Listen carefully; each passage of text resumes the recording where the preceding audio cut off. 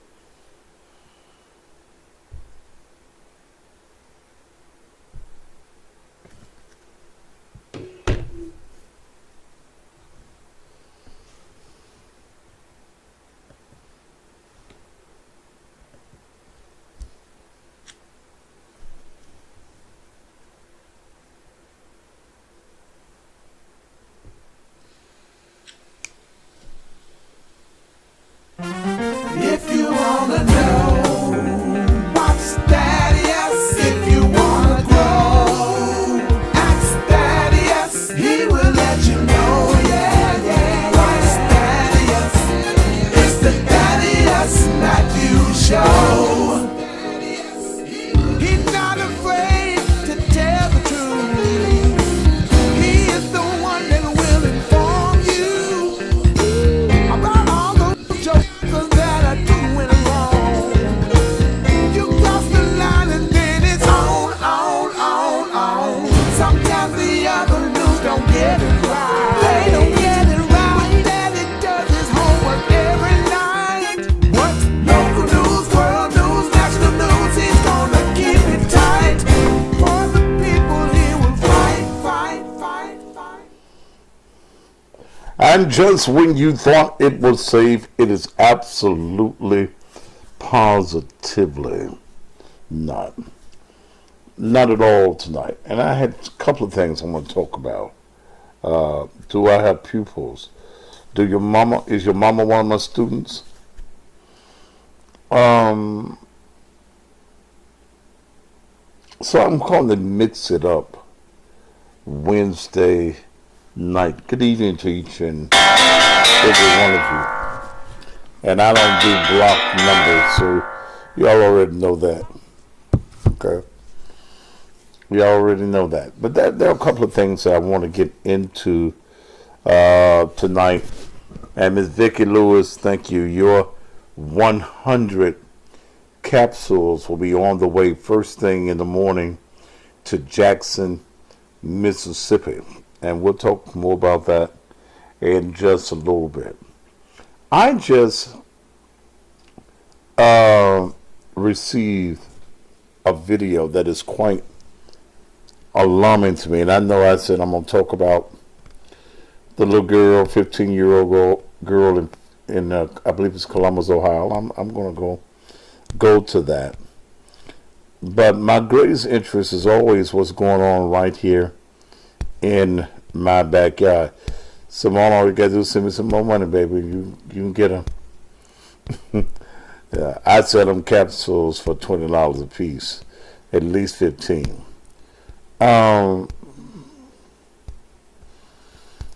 I just looked at a tape of the mayor, and I'm sure this is today, in North Memphis, where a young lady, a citizen, and I can't make it out who it is. Somebody says it may be Theron Bond.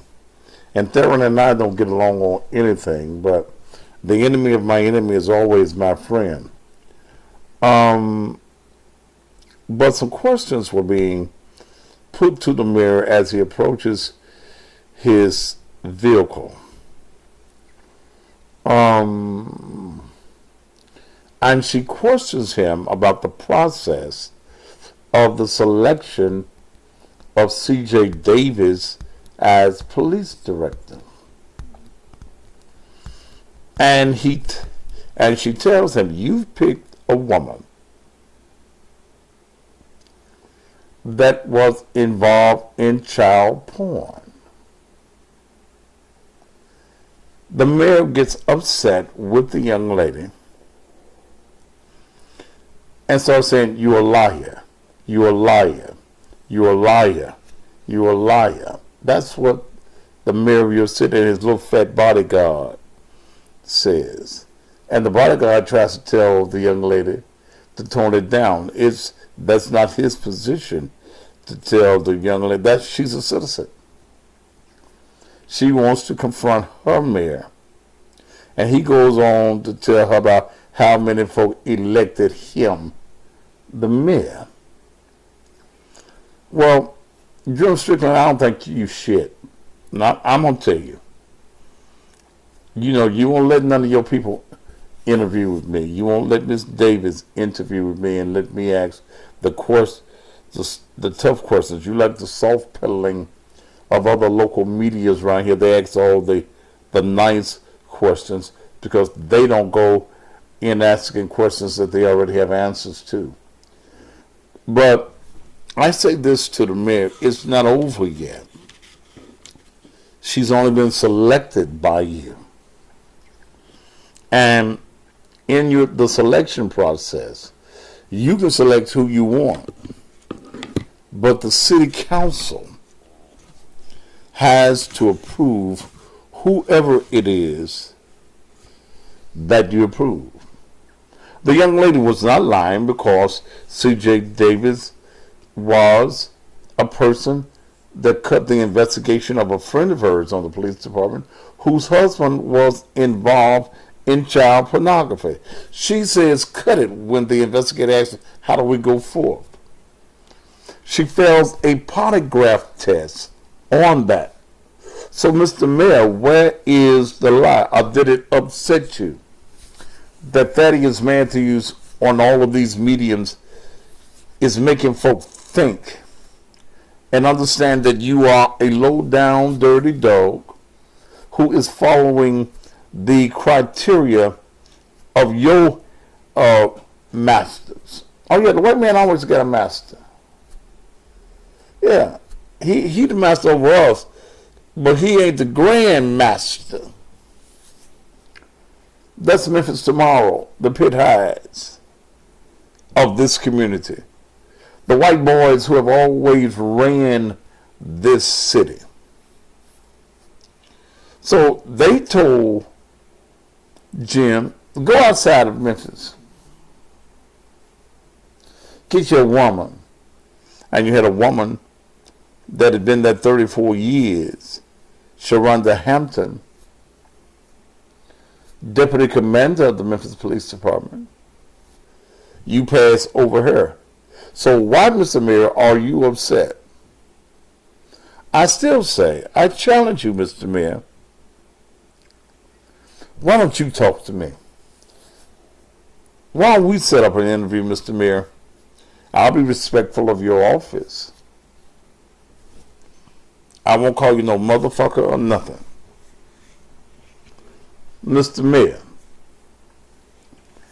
interview with me about the process. Or send one of your people to interview with me about this process. Because if you were concerned about the citizens of Memphis and not the politics of Memphis, you would pick the best qualified person. You've looked at the resumes. You know the history of the locals here, be it Sam Hines or Sharonda Hampton.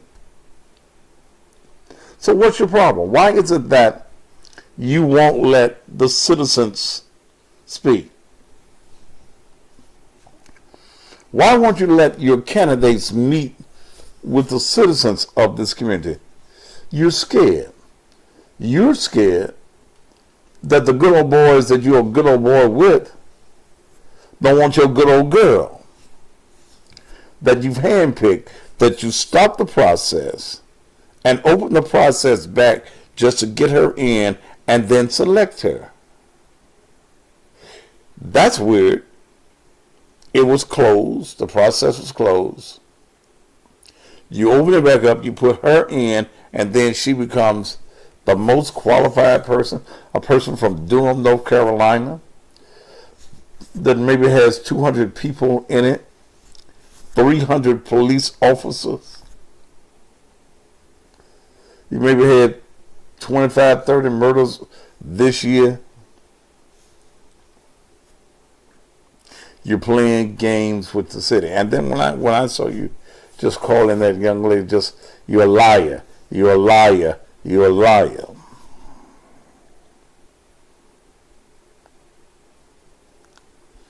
Well, I'm calling on the city council members, especially the black city council members, to stand firm. Stand firm. It's no longer about whether it's Sam or whether it's CJ. It's about the process. If the black council members, and this goes before the council on the 4th of May, if the black council members stand together, and from what I'm hearing and from the few that I've talked to, JB Smiley won't ever answer his phone when he see me calling. I don't know, and JB and I don't agree on a lot of things, but come on, JB. I mean, when I call you, at least pick up the phone and tell me, hey, motherfucker, I don't want to talk to you. I'd rather you do that. Just say, hey, motherfucker, I don't want to talk to you. I don't want to talk to you. That's what I like better.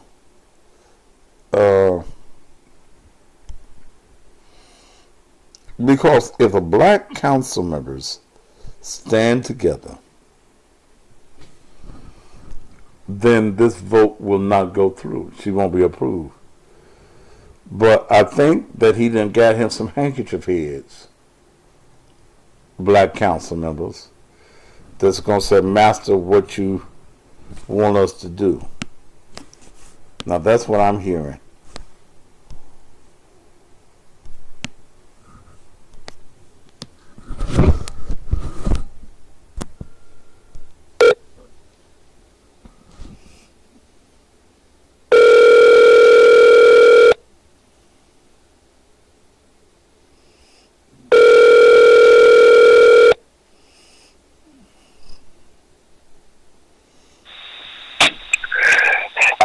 You called me while you're on air.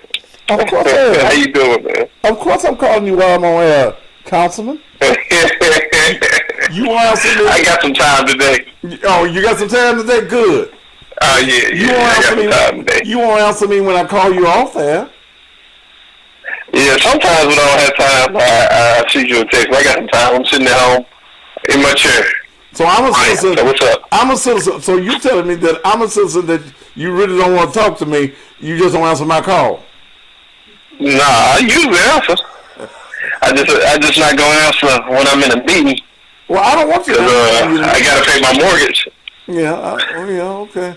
Because you don't make enough money as a city councilman to pay no mortgage. So don't. Let me ask you about something real serious, and I ain't gonna hold you.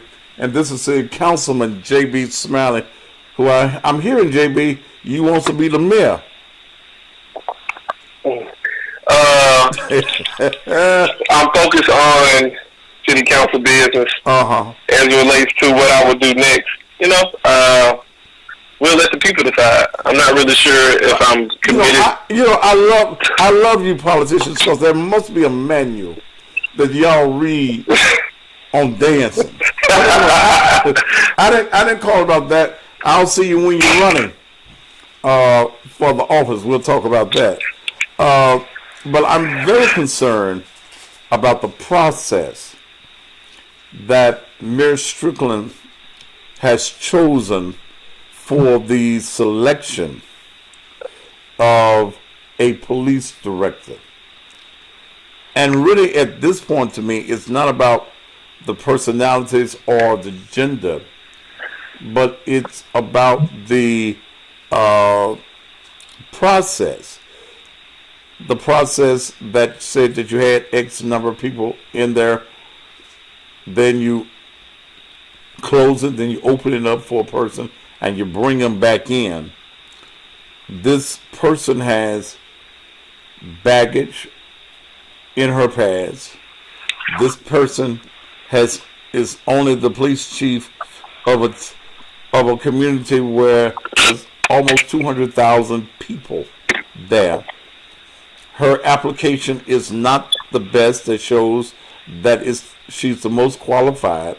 We passed over a black woman who has 30-some years with the Memphis Police Department, and she's a deputy commander. What is your thoughts, Mr. Councilman, on this? And then I'll tell you the reason why I'm calling you.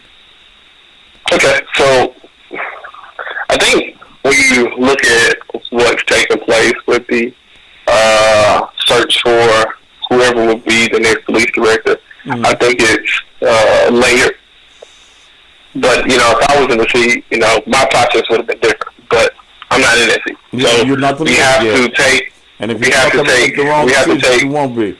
Go on. I've never said I wanted to be. We have to take Strickland's process, be as objective as possible. There was some participation by folks in the community, whether you want to consider those folks who were in support of Strickland the entire time. No, JB, I'm not talking about Deidre Malone who kisses his ass. I'm not talking about Bill Atkins that kisses his ass, who got his son a job after he was elected. I'm talking about the common people, the ones that Jesus heard commonly, that he liked. He heard the common people. Well, and absolutely, Jesus sat with everyone. So if you pay particular attention to what the council's been calling for since the very beginning, when we heard that, we were going to start the process to hire a new police director, Councilwoman Easton Cummings and myself, we sponsored a resolution calling for community input, and we were told by the administration that they already had that process. So and now, recently, did y'all pass that resolution yesterday? I know that we passed that resolution, but even before then, we passed a resolution saying we want more community input even before this process got started. So we pay a lot of attention to the resolution we recently passed, but now I think the council has the ability to use what I would consider a bully pulpit. Because the truth of the matter is, the mayor has the authority, the power given to the mayor by the charter to nominate. Right. But what people fail to realize is the council has to vote the person up or down. And what the council has been able to do using its power or its bully pulpit, as some people say, is say, we're going to have a community forum and we're going to invite the mayor's nominee, and the mayor's nominee has a decision to make whether the mayor's nominee will be present or the mayor's nominee will be a no-show. But we've received the email correspondence I think about 4:00 p.m. yesterday, in the middle of our council meeting, from Chief Alex Smith, indicating that the mayor's nominees for police director would show up to this community forum. So I'm looking forward to the robust discussion, the Q&A, and hopefully the folks in the community, some of the people who call in your show, call in and join in the live discussion we will have with the police director, and we will see what the people have to say about the police director. Because ultimately, our role as members of the city council, we have to bend to the will of the people, because that's our job. We represent the people. We don't speak for the people. We speak on behalf of the people, and I think there's a difference there.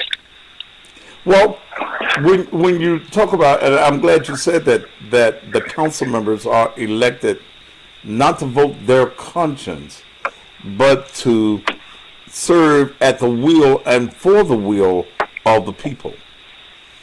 I'm sure that you've seen her resume. I glanced at it. You have seen it, right? I glanced at it. Go ahead. You glanced at it. Have you seen the resume of Sam Hines? I'm familiar with Mr. Hines because Mr. Hines has been in the community. Oh, he's a deputy commander that's been in the community. I mean, I think someone the people in the city of Memphis know who Mr. Hines is. Okay, yeah, but I'm saying, have you looked at his resume? How extensive? Oh, it's long. Huh? It's extensive. It's extensive. You looked at it? Oh yeah, I've looked at his resume as well too. Okay, now since you're doing glancing, when you glance at the two resumes side by side, whose resume outshines whose? Well, I can't really get into who resume outshines who, but what I will tell you is this.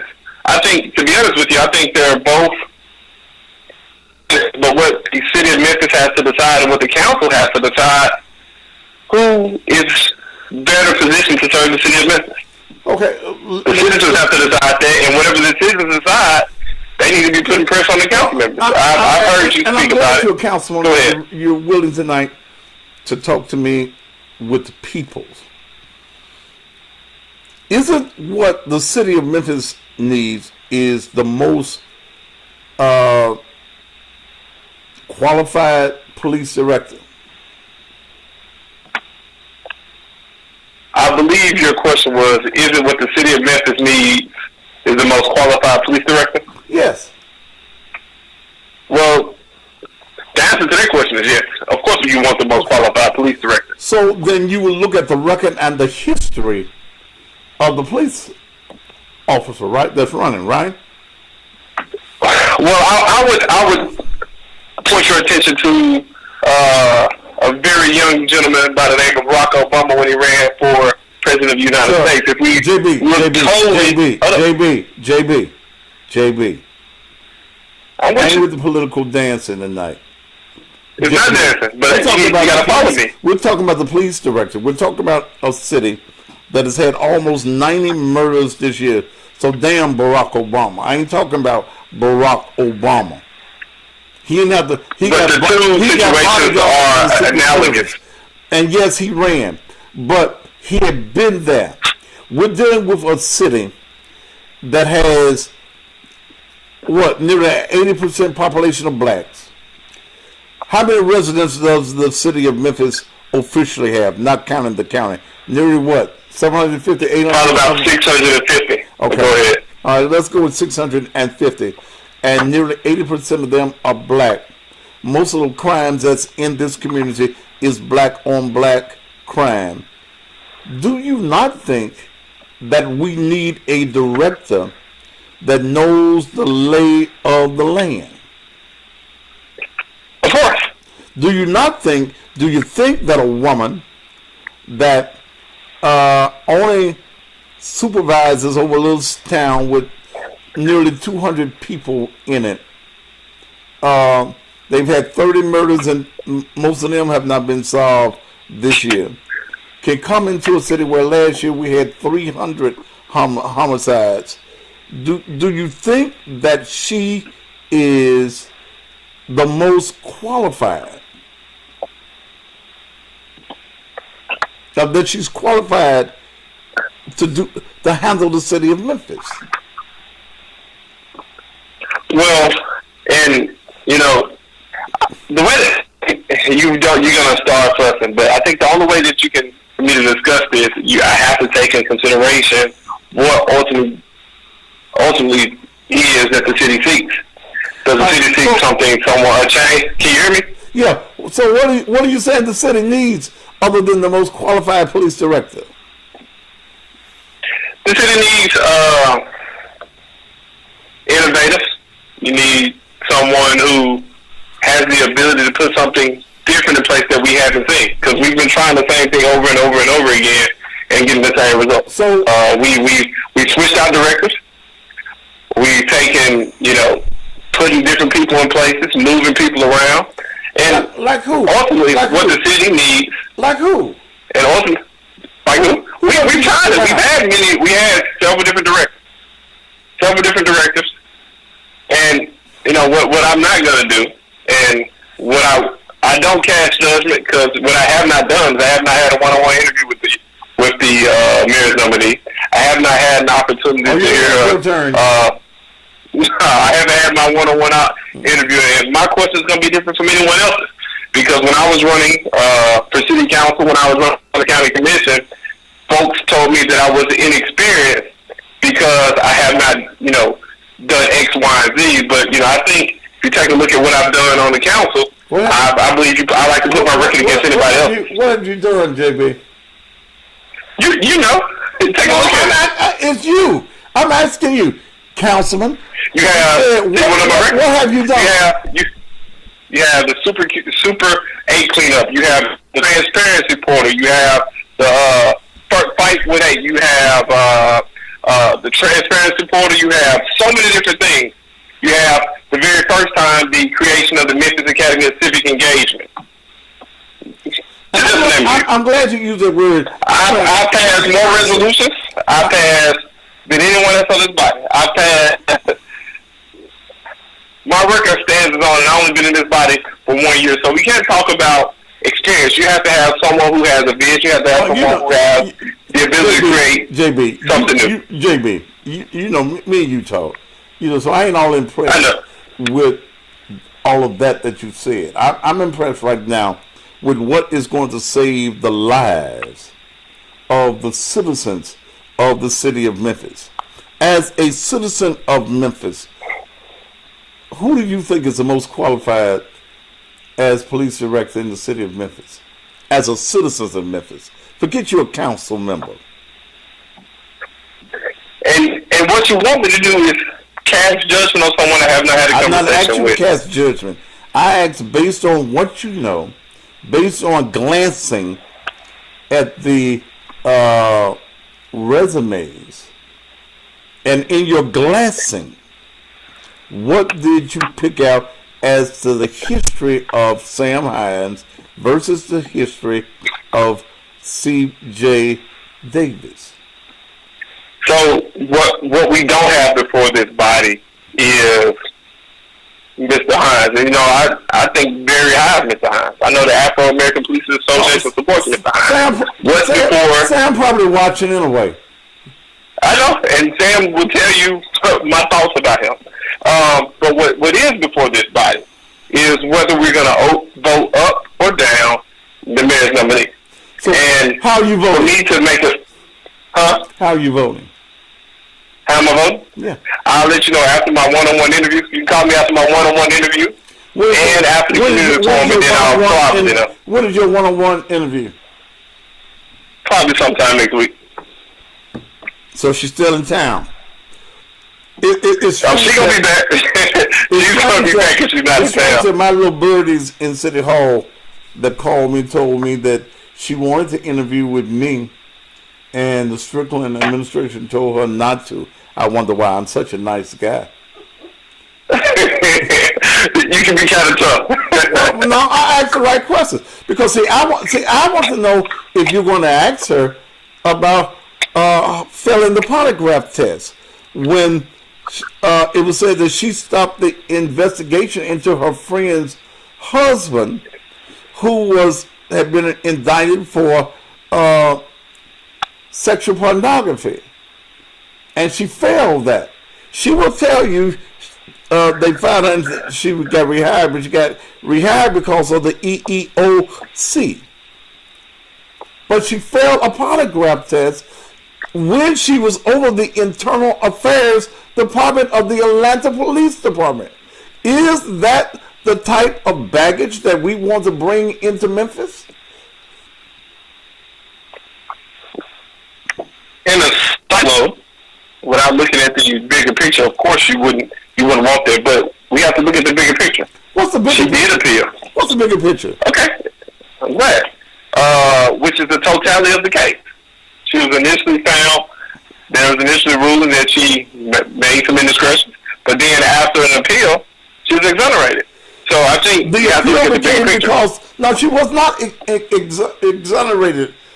Please know the facts, Mr. Councilman. She was not exonerated. The EEOC gave her job back. And why would the EEOC give her job back? She failed the polygraph test. The only way that you can get your job back after a civil service commission hears your case is if they make a determination that whatever charges that were brought against you were unfounded. So that's the finding of the EEOC. It was not the findings of the Atlanta Police Department. I mean, y'all gave the job back to the police officer, Devin Clark, who was caught sucking dick on his job, and he was fired, and then the EEOC gave him his job back. So I guess it's all right to suck dick in uniform.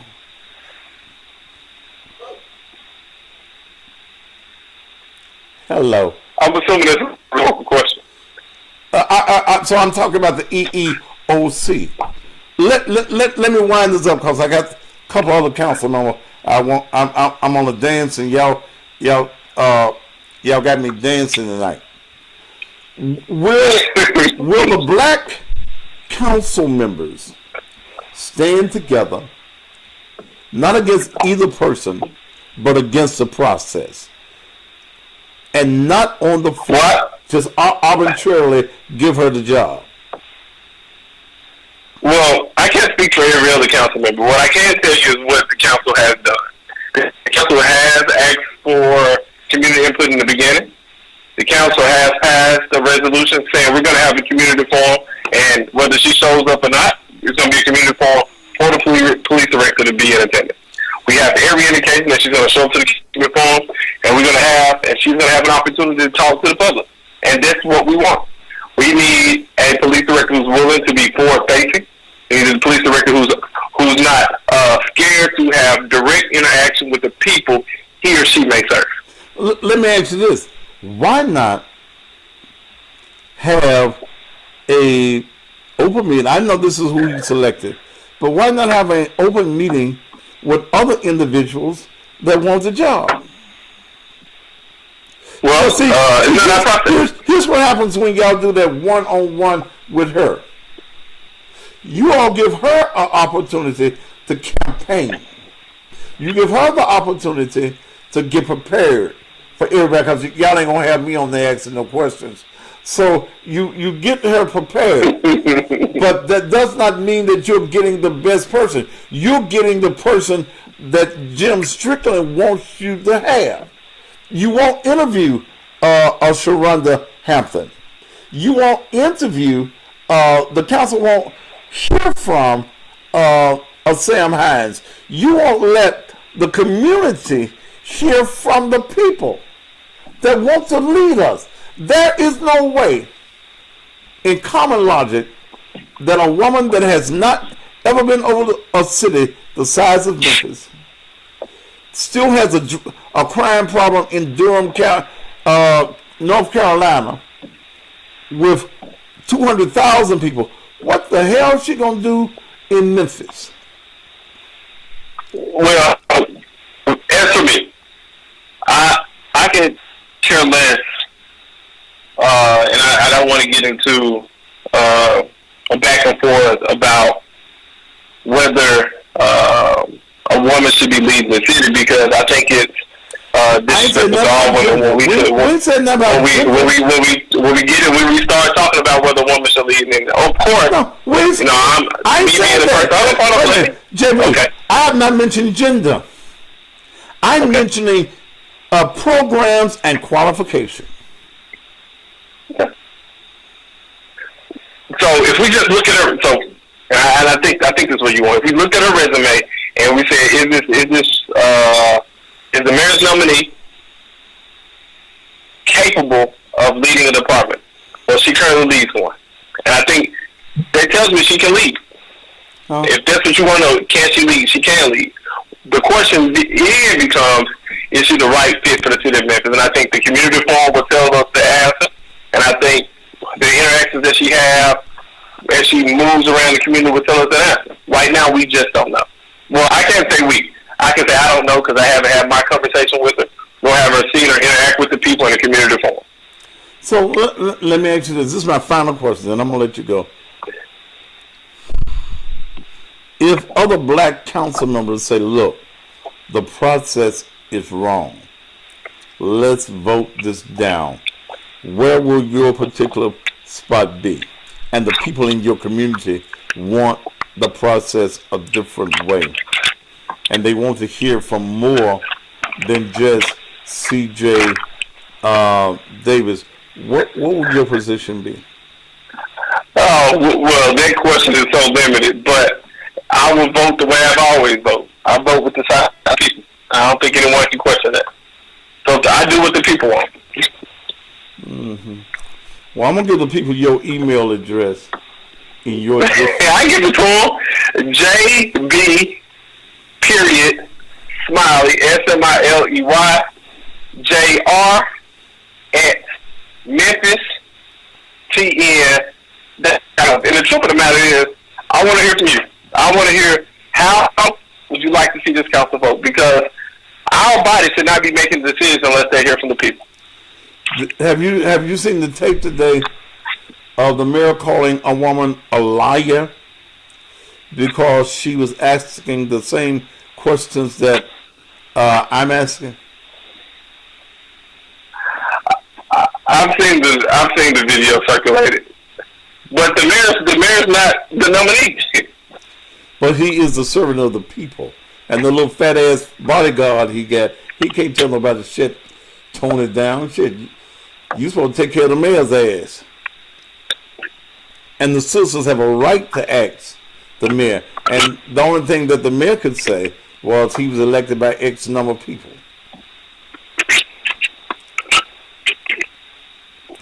So this community meeting that you have is going to be a virtual, or is it going to be open up to the public?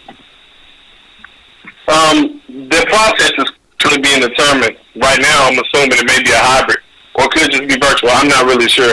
The council staff is trying to put together a process that, that's conducive for feedback from the people. A virtual is not conducive in this. Why not open up the chamber? There is a thing called COVID-19. Okay, but it's also, you go to church, you go to everywhere else. You can have I forget, you don't go to church.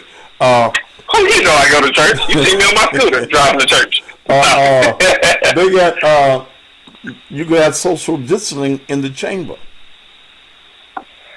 But then the council has to limit how many people can get in, because you got to keep spacing. And what happens if someone comes down with COVID? But you also know that people are not going to go virtual. Tell you what, why don't y'all have on my show and I'll open up the phone lines and I'll stay on as long as you want me to stay on. I'll be fair to the lady. I'll ask my question and open up the phone line and let the people. See, you need to find out from the administration why they don't want me to interview her.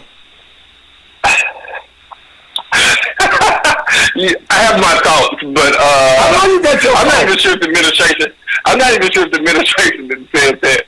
But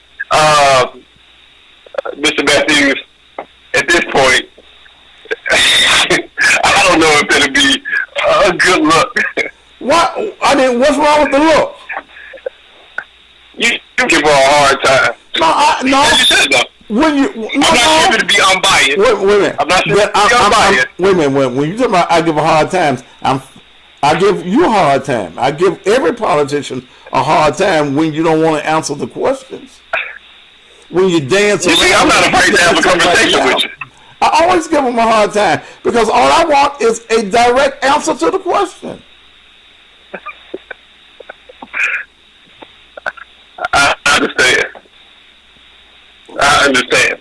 But I do think, and let me be serious for a moment because I do enjoy the back and forth with you. You and I are cordial to each other. And I talked about you like a scarlet dog on the air. Okay? That is a true statement. All right. And I ain't lied on your ass. Hold up. I would disagree with that. I think you told us maybe I ain't lied on you. They have not been true. I ain't lied on you. I mean, you may think they lies, but okay, that's what you think, and then I think you ain't lying. But you and I are still cordial. I don't take it personally. Okay, I don't take it. But everybody's not built. Everybody's not built like me. But this is why y'all talk about me. You've been in conversations about me. Yeah, I know, because they tell me. They tell me JB said. And I tell them. You ain't heard much about what JB said. You what? I said, you haven't heard anything what JB said. You heard it ain't true. Shit. About you? Come on. Yeah. Oh, yeah, that ain't true. It's what they call alternative facts. Yeah. I got some folk upset with you right now in Bolivar, Tennessee. But that's a whole other story. That's fine. Yeah, they trying to figure out why you down that campaign and a little bit of old small Bolivar, Tennessee for somebody that's running against a black man down there. And Memphis got all it needs to do down. My answer to that is real simple. One's a Democrat, one's a Republican. But see, that's what I know you said one's a Democrat. There's nothing unclear about my intentions. Okay. If there's a Democrat running and there's a Republican running, I'm going to put the Democrat. But then that makes you totally wrong. Clear as day. Mr. Councilman, that makes you wrong because the mayor's race in Bolivar is a nonpartisan race. They running Democrat. I think I lost you for a minute. But anyway, I mean, did he hang up?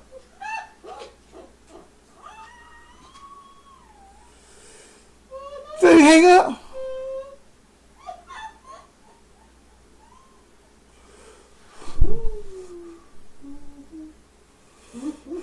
Did he hang up with me? Next. God damn. He said he lost service. I bet you did.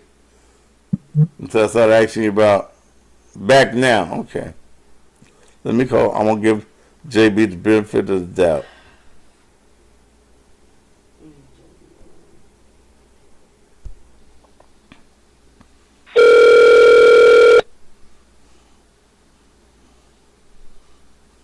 We got to cut off. But as it relates to Bolivar, when there's a Democrat running, when there's a Republican running, but I'm going to stand on the side of the Democrat. It's a non-partisan race.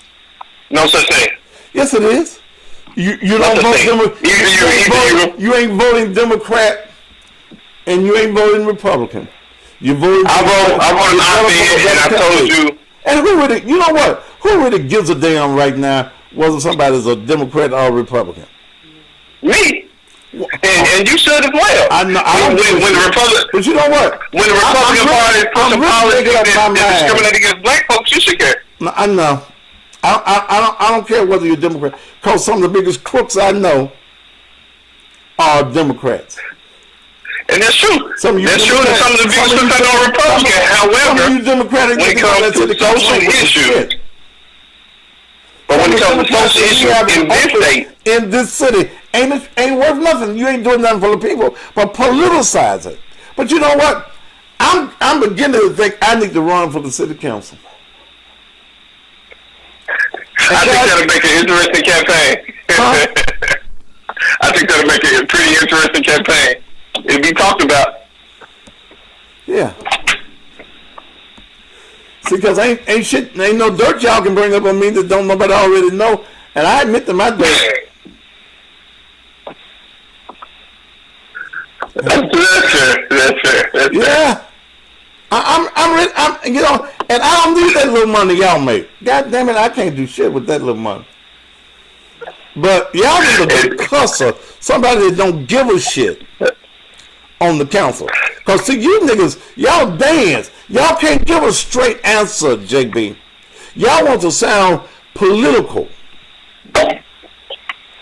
Shit. Y'all, you Democrats and let these little girls get $300 a week for some goddamn stimulus. I can't even go to a goddamn restaurant now. 45 minutes wait. Ain't but 2 people at work. So you want to say the same thing when the stimulus came out under the Republican Party? Shit, I ain't got no goddamn stimulus. I gotta work every day. Don't we all, brother? Don't we all? Okay. But that's all right. This your first term as mayor, as city councilman. First, going into my second year. Mm-hmm. You know. This your first term. That means you're gonna run again, absolutely, don't you? Potentially. Mm-hmm. I'm really thinking about running for the city council. I really am. Wouldn't Memphis politics be something interesting then? It'd be something to talk about. Huh. But then, if you ran for city council, would you still be able to promote other candidates on your show? If y'all spend some money. would you promote someone who was in the race against you on your show? Yeah, they pay top dollar. I don't give a shit. I come always anytime I want them. So if I ran against you, you can spend your money. I don't think you would want me to spend my money. Yes, I would. Yeah, you probably would, though. Yeah. Yeah. I want you to spend your money. The politician get on my program and I talk about that ain't paid me. And y'all have to pay me like y'all pay the white man.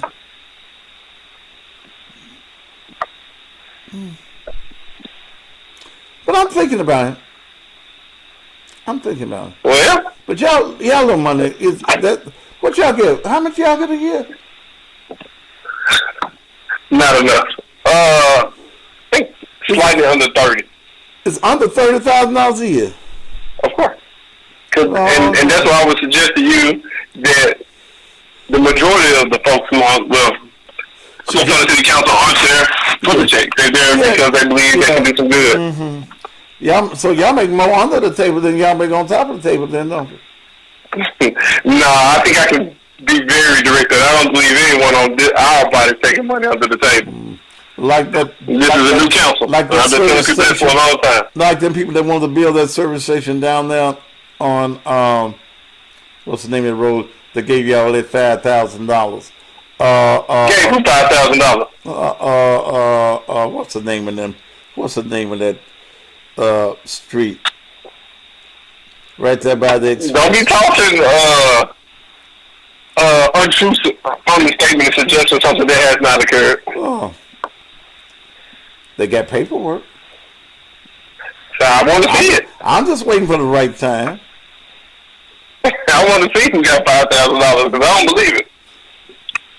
So council members don't take no money other than their salary, do they? Don't take the. I would hope not.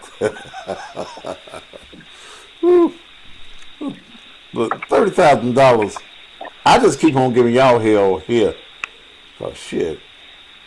I think you give us a hard time because it makes for good TV. I give you a hard time because you motherfuckers won't answer a question correctly or straightly. Oh, it makes good TV. That's the reason I'm number one. Okay. It makes good TV, but you all makes it the good TV because y'all dance. Y'all don't answer questions.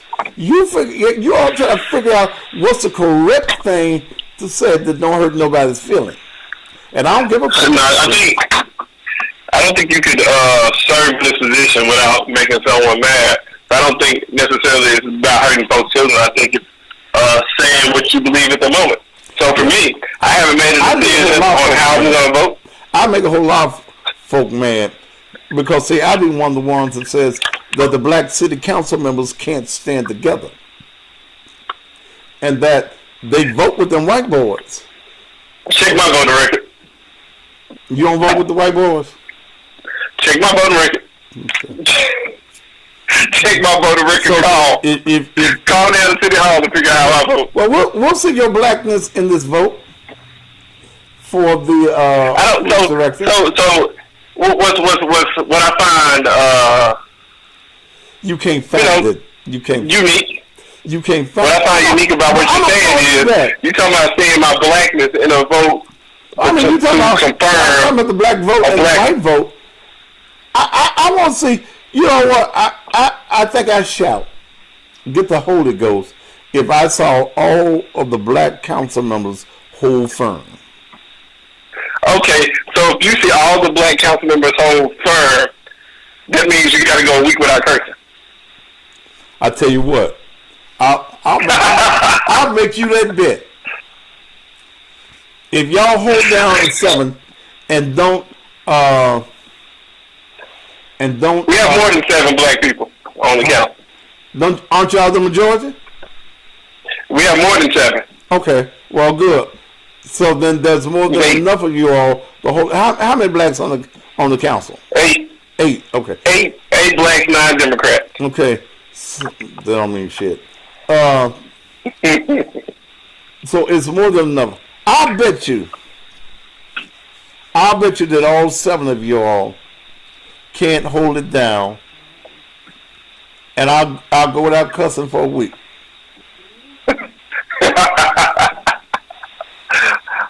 I'm looking forward to the other council members you talk today. I'm gonna actually tune in to the rest of the show. I'm gonna call a couple of them because there's one that there's been 2 names that I'm hearing this week links. They love the white peoples. And they probably then tuned in now, trying to figure out, somebody. What I'm talking about. Yeah, the Jay on the line, that is Matthews. Ain't that some shit? That's probably what. I guess I'm not allowed to talk to you, huh? Well, but see, you elected. I'm supposed to talk to everybody, right? Right. See, Jay wants the job, so she got to do the bidding of Master Strickland. She can't talk to me. Because I would really love to have a very intelligent, non-cussing interview with her. Because I can do what I do, and I did it for years, without cussing her. But there's some questions that I want to ask her that I just don't think that nobody is going to ask her but me. How about this?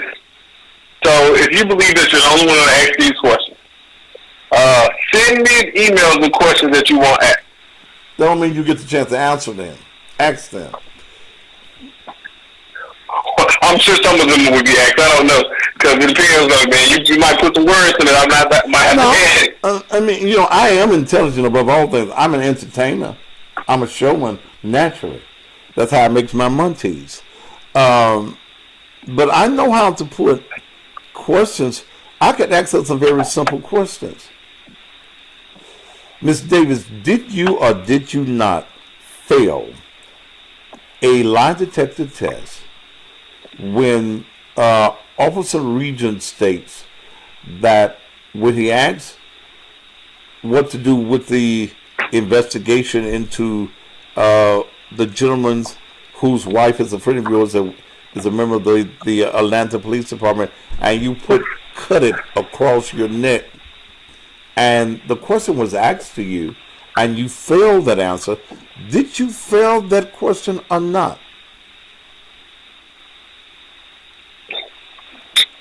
And now if I was a lawyer, and that would be a no. That would be a yes or no answer. And if she says no, then why is it that all of the newspapers in the Atlanta area say that you did? And if you did, do you think that as a liar, Miss Davis, that you qualify to be a police director? Y'all ain't gonna ask that. So if the general public has the ability to ask questions, I believe you have the right to ask questions too. So send me some questions, and I'm sure we'll get some of them before the mayor's nominee. Before the who's committee? I said before the mayor's nominee, because when I Q&A session. Why can't you request that she come on my show by way of phone? By way of phone, and I'll take questions from her, or why I think the way I think. I'll let the citizens call in. I'll stay on the app 4 or 5 hours if I have to. Well, the council can ask for whatever the council wants to. The administration ultimately makes the decision. We asked for a more robust community-involved process. That didn't happen, but we did ask for a community forum with the mayor's choice, and we did receive that. So yeah, but if you're doing Zoom, man, you can only get so many people on the Zoom. You can only get so many people on the Zoom. So you suggest a hybrid model where we use a virtual and a live setting? Yes. Yes. Yes. Let's see what the council staff suggests, and I think we'll go from there. But the council is working. The council wants more community input. The council's been pushing for more community input, and I think it's a direct result of what you will see when the virtual forum. Because without council pushing, the city would not have had an opportunity to see her in live. I agree with that. But what I don't want to see is the council arbitrarily just pass someone because that's who Jim Strickland wants. And then find out if the number one man behind her is going to be the mayor's church member, the mayor's, you know what I'm talking about. Huh? That's a fair question. I don't know if there's any truth Mike to that. Sheridan is going to be the head of the house.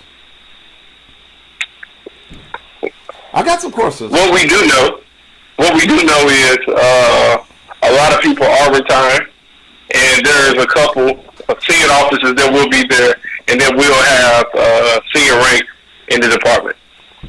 But man, that's what we do know, no matter what. On a real serious tip, Instagram, y'all gonna time out. I'm gonna keep on talking. I'll bring y'all back. But man, don't you think seriously that it's a slap in Sharonda Hampton's face that she's been on the force all of these years? She's from the city of Memphis, worked herself up to a deputy commander, and here Strickland goes and get a female black and say, well, this woman is more qualified than you, even though you've lived here all of these years and you're a deputy commander of the city of Memphis Police Department. Don't you think that that's a slap in the face to Sharonda Hampton? I wouldn't necessarily call it a slap in the face. I was not privy to any of the meetings that interviewed any of the candidates, so I don't know what took place. I don't know how well Ms. Hampton performed, nor do I know how well anyone performed. So I can't say it's a slap in the face. But I do know if I was Ms. Hampton, I would want an opportunity to say a few words to the public and make my case for the public.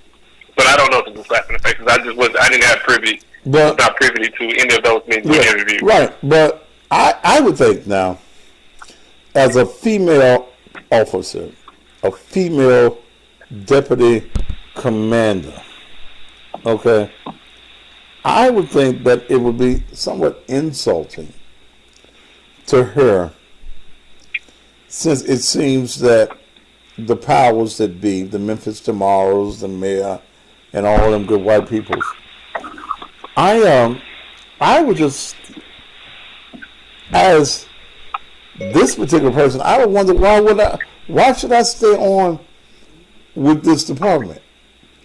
It's apparent that you don't think that I'm good enough, okay? Because since you wanted a black woman, here I is, okay? And I got, if I didn't have the qualifications, why am I a deputy director of the city of Memphis Police Department? Well, what I would say this, if we take Mr. Strickland at his word, when he talked about the candidates, he noted that they were all qualified, they were all exceptional, and ultimately, when you have a lot of exceptional people, you gotta at some point you gotta make the tough decision. Sure. And when I just look at my race for city council, I think. But JB, she wasn't even in the running.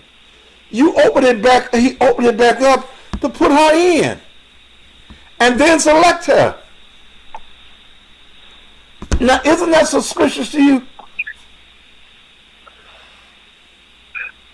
Suspicious? I'm not sure if I would say suspicious, but what's the word you use? It's the mayor's prerogative. It's the mayor's prerogative. It is his prerogative. I try to give the mayor the ability to nominate whoever. But he closed the process. He closed the applicants. Okay? He closed it.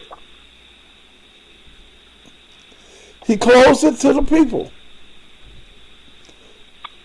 So, but all of a sudden, the person that he wants to select, and it's been some backroom meetings, the person that you want, now all of a sudden, I close it, say, we're going to be no more, then I open it, I bring this woman in, and then I select her. And that don't seem strange to you? I'm not the mayor. The mayor has the and you don't want luxury of doing. and you don't want to say that the white man is a joke. You don't want to say that this white man does not really care about black folk, that he's a lame duck mayor who cannot run again, so he just really don't give a damn. You don't want to say that. I'll say it for you.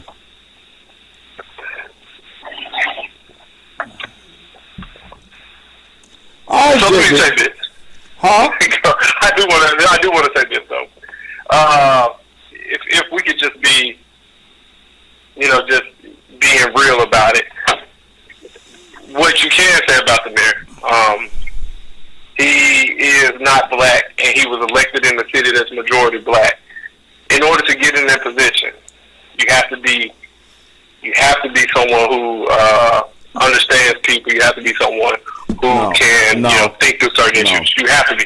No, you don't. No, don't. You just get a bunch of ignorant ass niggas, and you go and play basketball one time with some little black kids, and white folk and Negroes have been conditioned to love the white man.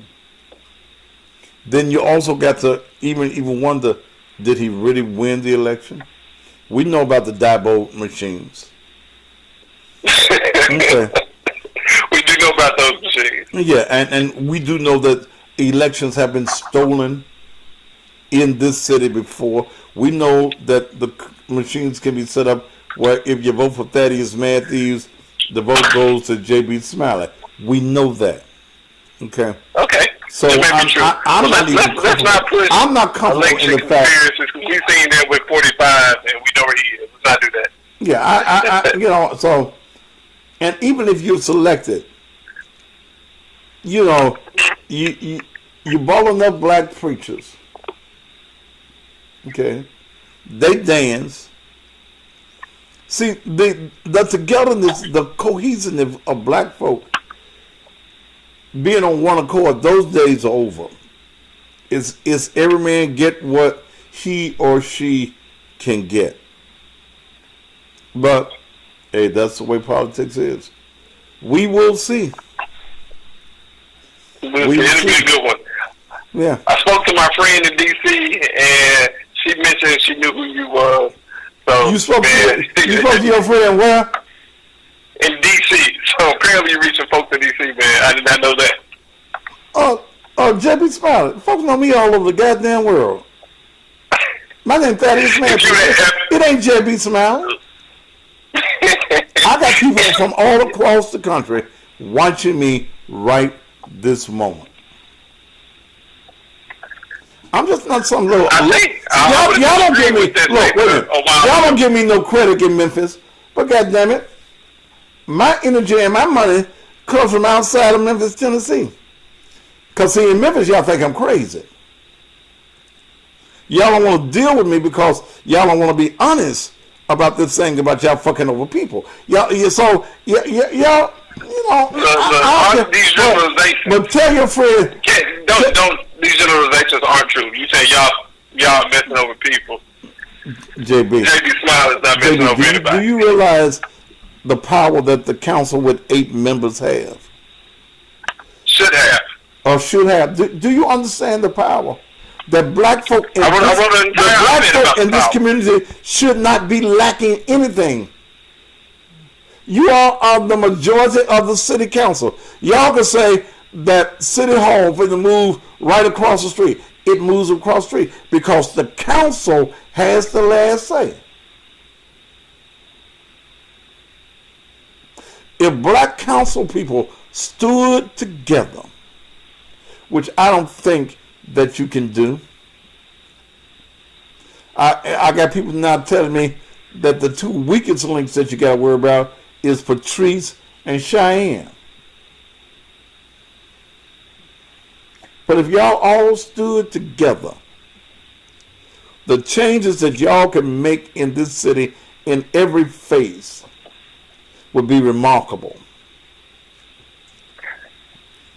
Would be remarkable. You need a vision, you need a plan, it needs to be unified.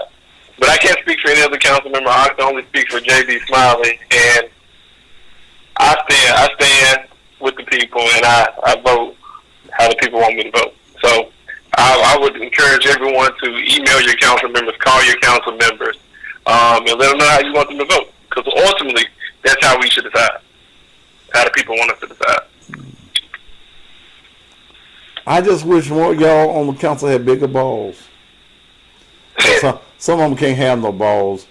You know, I guess, I don't know. If y'all stood together, and demanded that when y'all vote with them white boys, you want my vote, what does it benefit my people in my community? You want a new gymnasium or something out there in East Memphis? You want my vote? How is my vote going to benefit the people in my district, the poor people in my district? Stop giving us just some damn speed bumps in our community. No, bicycle lanes in our community. Bring some industries and bring some jobs into our community. And y'all think that I'm the craziest man in media, and I am. But most of the things that I tell you come true. You said most of the things you tell us come true. Most of the things I tell this community comes true. Well, if that was the case, I wouldn't be elected. Well, you probably wouldn't. But they don't believe that you live where you said you lived. I wouldn't be elected if that's the case. They were dumb enough to believe that your family house was your place of residence, not where you physically live, not where you physically sleep at night. Where do you think I physically sleep? Huh?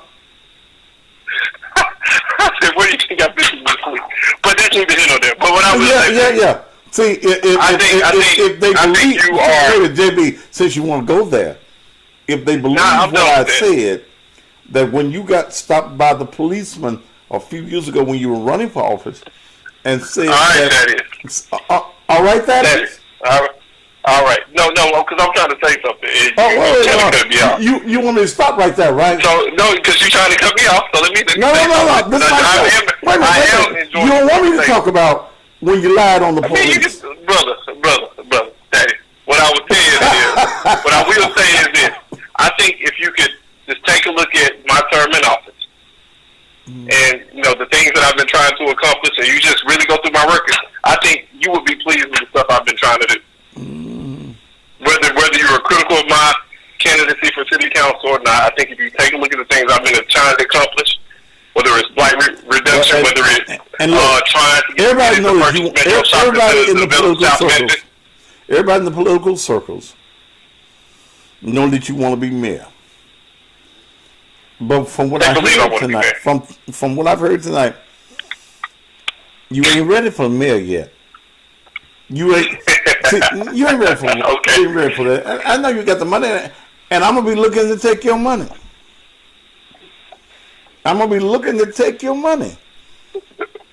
Okay. I am. You gotta pay me top dollar, but I'm gonna be, you're a candidate. I'm not a candidate. You just assume that I'm a candidate for a mayor. All right. Well, let's see if you're gonna be a candidate or not. We'll see. Okay, let's see if I'm a good candidate. You desire that you're gonna run up, and I'm not gonna mention about the police and you. Hold on one second.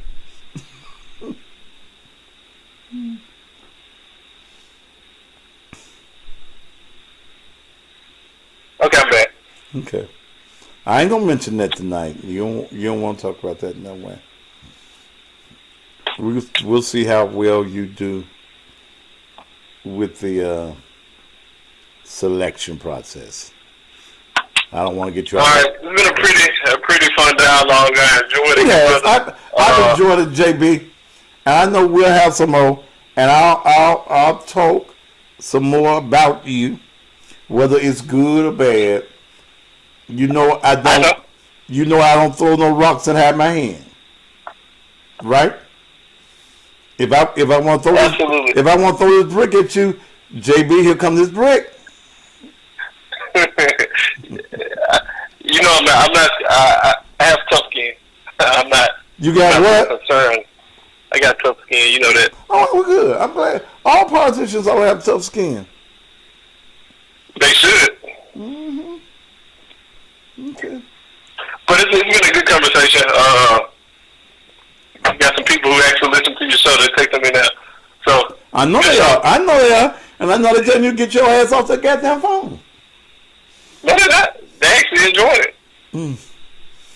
Mm-hmm. Talking for about an hour. We have, man. We have. We've been talking about now, but good talk, man. Call me.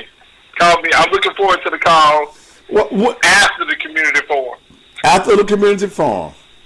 After the community forum. Will there be an announcement to the people when the forum is going to be? I can't get no information out of City Hall, so I have to rely on. You be pissing people off. Nah, but if you shoot me a text message, I'll probably send it over to you. Okay. I'll know anyway, but yeah, I'll let you do your job as councilman. And I'm supposed to piss them off. Because I'm the only somebody that can piss them off. Everybody else want to kiss their ass. All right, Councilman, want to be mayor. We'll see. You told me I wasn't ready. I still don't think you're ready. It's all good, brother. You still dance. You're a great dancer, boy. And you say all the right things. So that you don't piss the white folk off either. But that's what a politician does. We'll talk again soon, JB. Absolutely. And I'll pick up the phone when I'm not busy. All right, take it easy, Yeah, brother. when you ain't busy. See some. All right, man. All right. That's City Councilman J.B. Smiling.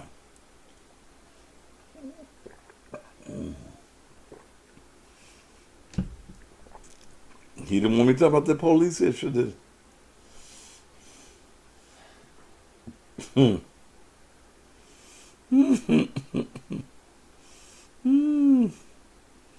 I don't blame him. Oh, what time is it? I didn't get to the little dead girl. Let's see.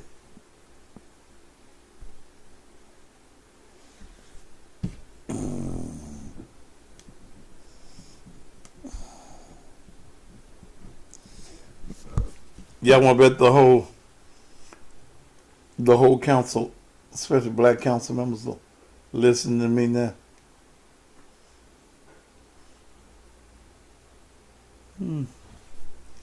Yeah, let's see.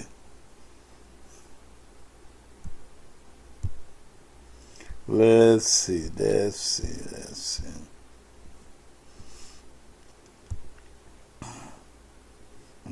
see.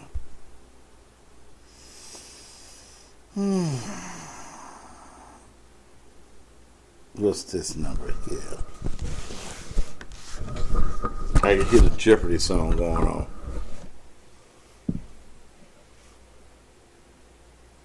Tell us anyway about the police. Now, that was a different police matter that I was going to talk to him about than the one called Devin Clemens called Sucking Dick.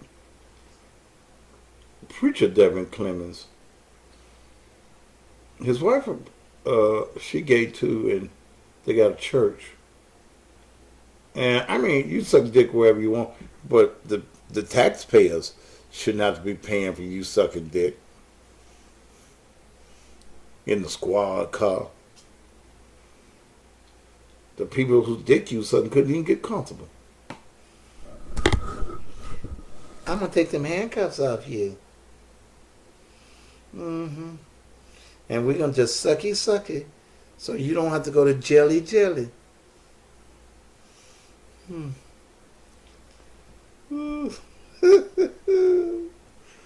Memphis, Tennessee.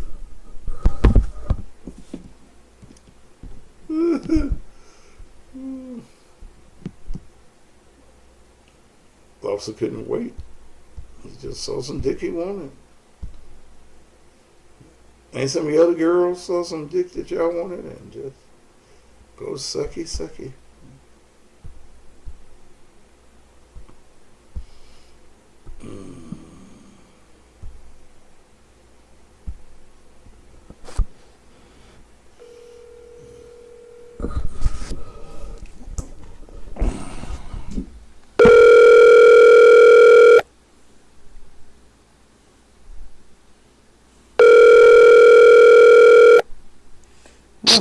Hello.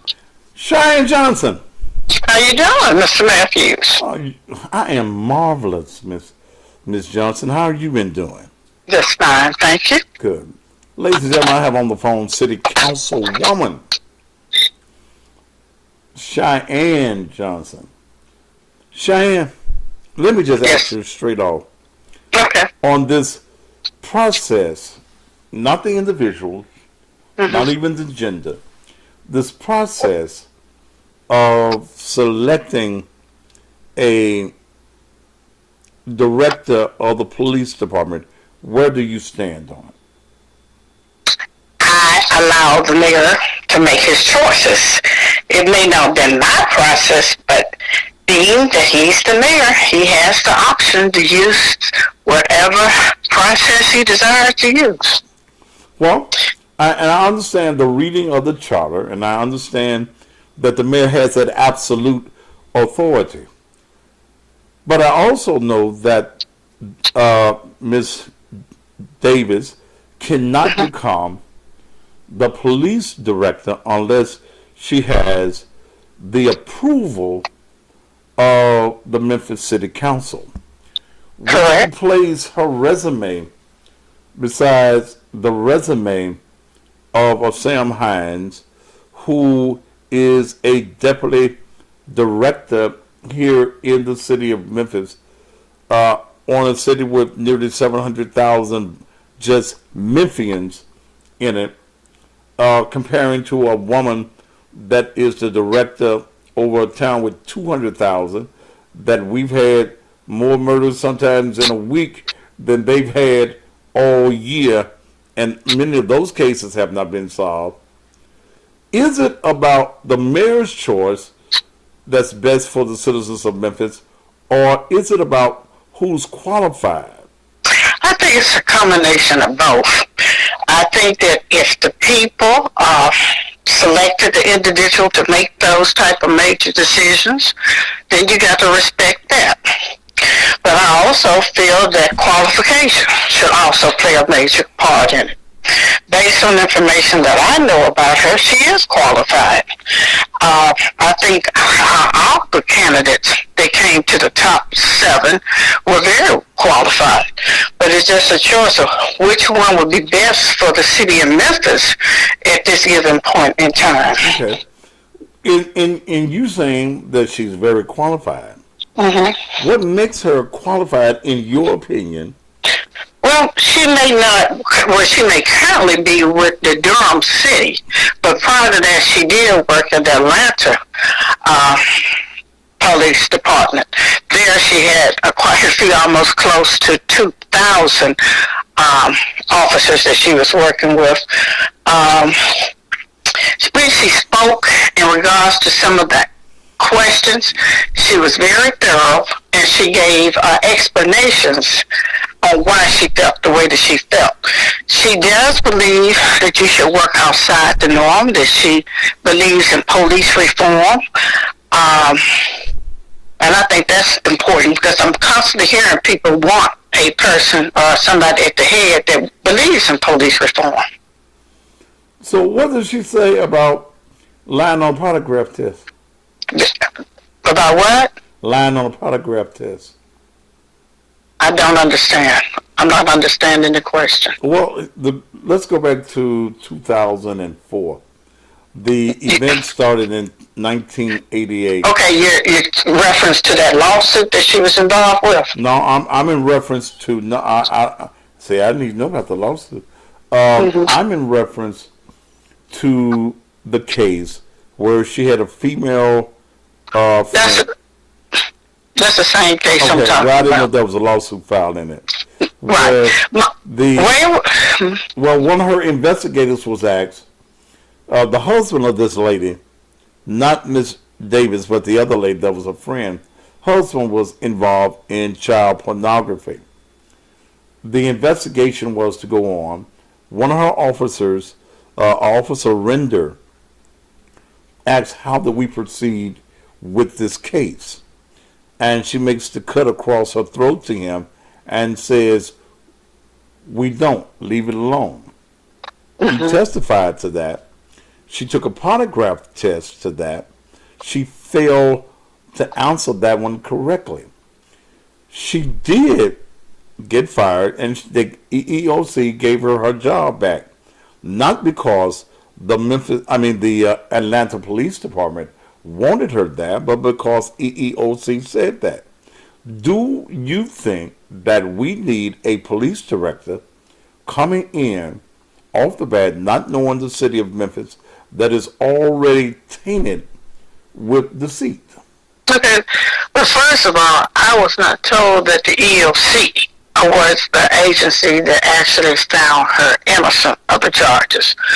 I was under the impression she had actually gone through the court system and was found innocent of those charges. Well, that's not my understanding, but let's ask about the understanding of this. Okay. She failed a polygraph test. That means that she's not truthful, right? That's what most polygraph tests mean.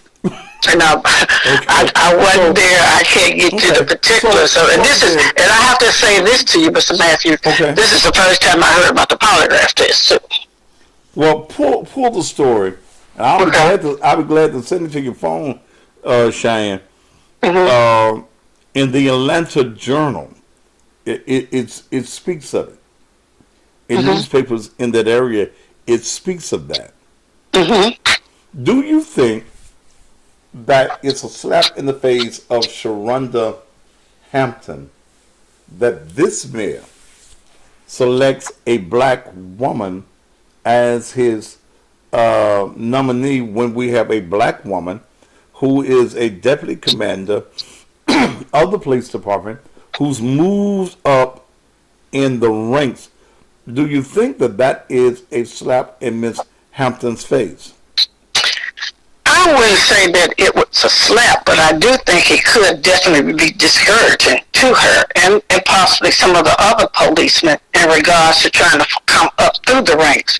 But at the same time, if you're in those professions, you're always aware where this competition would come from, and that you have to maintain that in mind, just as they can go other places as well. Have you seen her resume? I have. Have you seen the resume of Sam Hines? Yes, I have. When you place those two resumes side by side, where does, or who rather, has the most qualifications? In some areas, she had more qualification, educational-wise, in education, but at the same time, when you look at direct experience. Cheyenne, what areas? It was in education. I don't have those in front of me now, but this is what I recall. So okay? Are we to say that a degree, you do know that Sam has a BA and several other degrees as well, don't you? I am aware of that. Okay. But I mean, she had additional training, so I'm not just at one degree. Wait, you must not have read Sam's resume. Yeah, I mean, he had it too, but I'm just saying, the other thing is I have to say this. Let me say this too. The resume I saw, it was mentioned that it was abbreviated, what we saw. So that could have been a possibility. No. Sam gives you his whole resume. If you don't have that, I can send that to you. He's been trained on every level, both military and in every police facet. From training. But I could say this, Ms. Matthew, because I got to leave. I was in the middle of something. Yeah. That we have 2 weeks out there yet.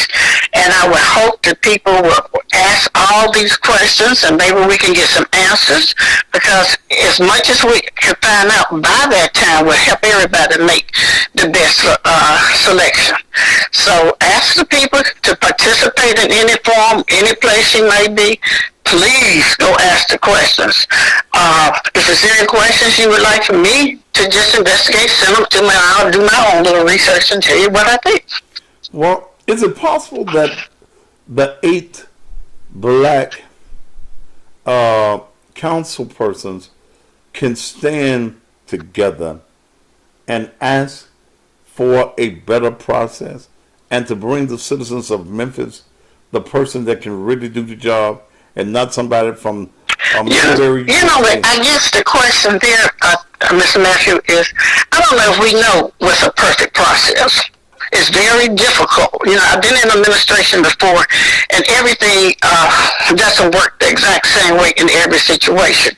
And you have to give a person who's in a leadership role the right or the option to exercise their choices. Now, if it doesn't work out, then, we have to be strong enough to address it in that format.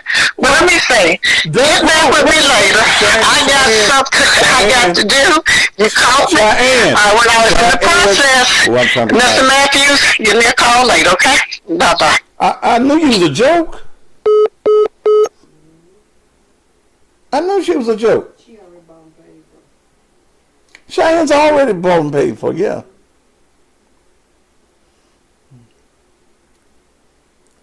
Damn. They voted them in there. What's her district? Huh? What's her district at? Shit. Damn, Cheyenne. Your other councilman say you the weak link. That you so light that you think you damn near white.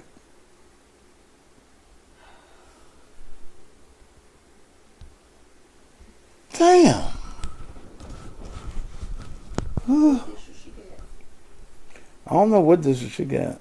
She probably got wherever Orange Mountain is.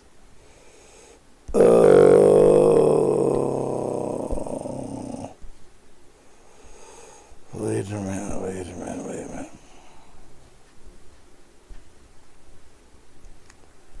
I'm looking for another number. Ooh, I can't find it. Somebody sent me the number yesterday. I had the number.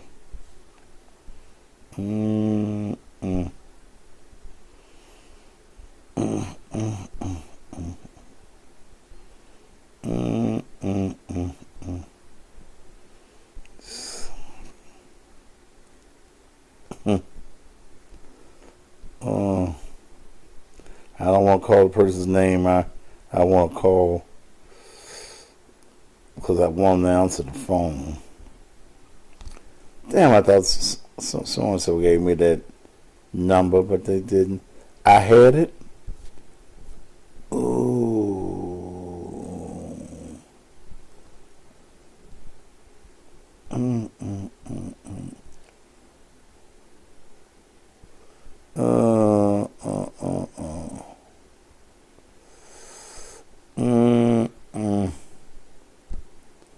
No, that ain't who sent it to me.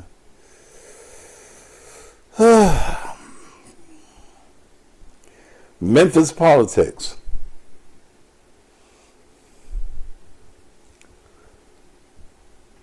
They are not concerned whether the person that leads the city of Memphis Police Department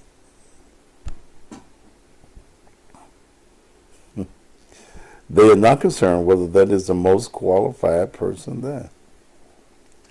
They must kiss the ass of the mayor.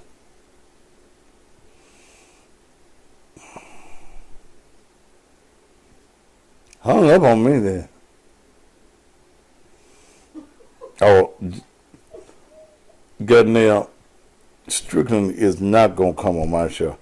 God, I can't find the number of the person. Melvin, Alabama, we definitely, I don't want to talk to you, boy. You'll never talk on my show again. Oh, God. Why didn't I write the number down? I done had 100 texts today.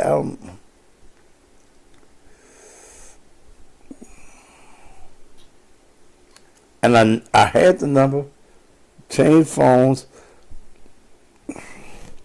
Miss Lucille, I'm going to ask you for a number. You might know it. Reverend Alabama, I'm not going to speak with you.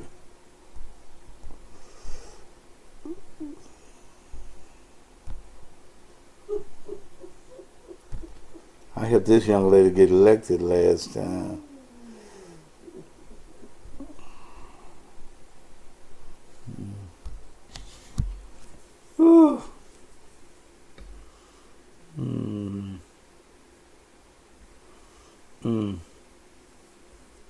I was being nice.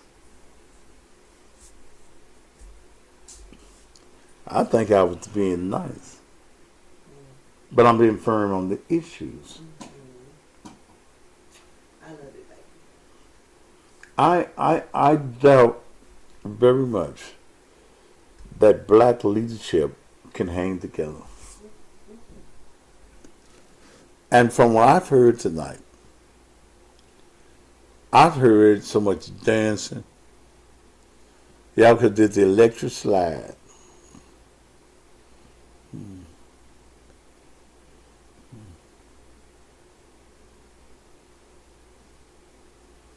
Memphis is so backward.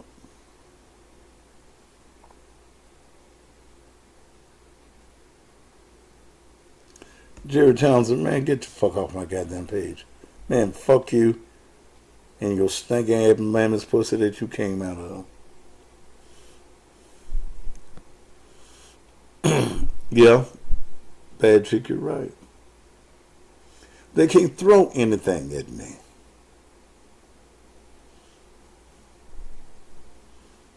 You can't just throw anything at me. I've been in this town too long, and I know too many people have been in too many circumstances. Melvin, Alabama, I'm not going to speak with you, brother. You can call all you want. In fact, I'm going to block your number in just a minute.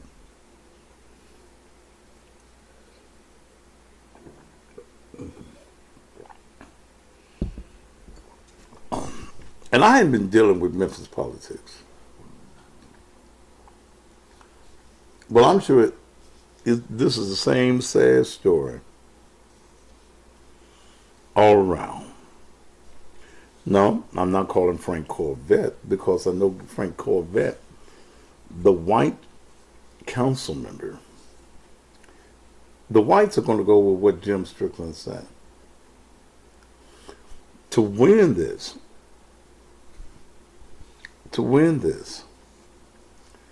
he's got to have 7 votes.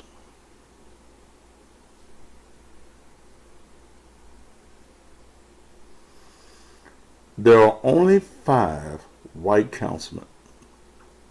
He needs 2 of the blacks to go his way. Cheyenne will be one of them.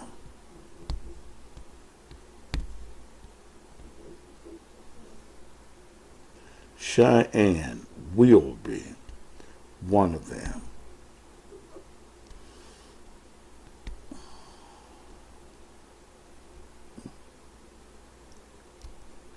And there are many who are saying that Patrice will be the other one.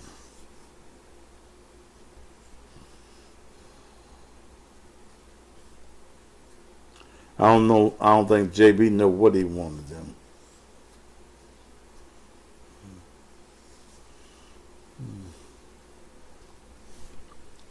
Woo! I'm gonna find this other number. It's 20 minutes to 9. Huh? What the Memphis Police Association think? Memphis Police Association ain't said nothing. Okay. Memphis Police Association hasn't said anything. But do let me, I don't have Rhonda Logan's telephone number. I'm going to get everybody's number tomorrow that I don't have. I was finna call Javita. Javita, if you listen, call me. I thought I had your number. But I guess I don't. Alright, guys. If your wingman thing ain't winging, help is here. And look what I got for you. I got a capsule. This is for your emergency pussy. This is for pussy you didn't know you were going to get. You looked up on something. You was at the club and she decided to go with you. You place this in the back of your wallet, man. And you're always ready to go. You ain't got to get you no hot water. Get your Coca-Cola or a glass of water. Can I have a glass of water, please? Sure. And then the person takes the pill. This or the capsule. Let me use the word capsule because it's not a pill. It's a black capsule. Okay. I got one lady that said she gonna sell hers for $20. She ordered 100 of these. Miss Vicki Lewis, I got you in Jackson, Mississippi. Got 100 of these. Then sent the money. We'll send you your product coming out first thing in the morning to Jackson, Mississippi.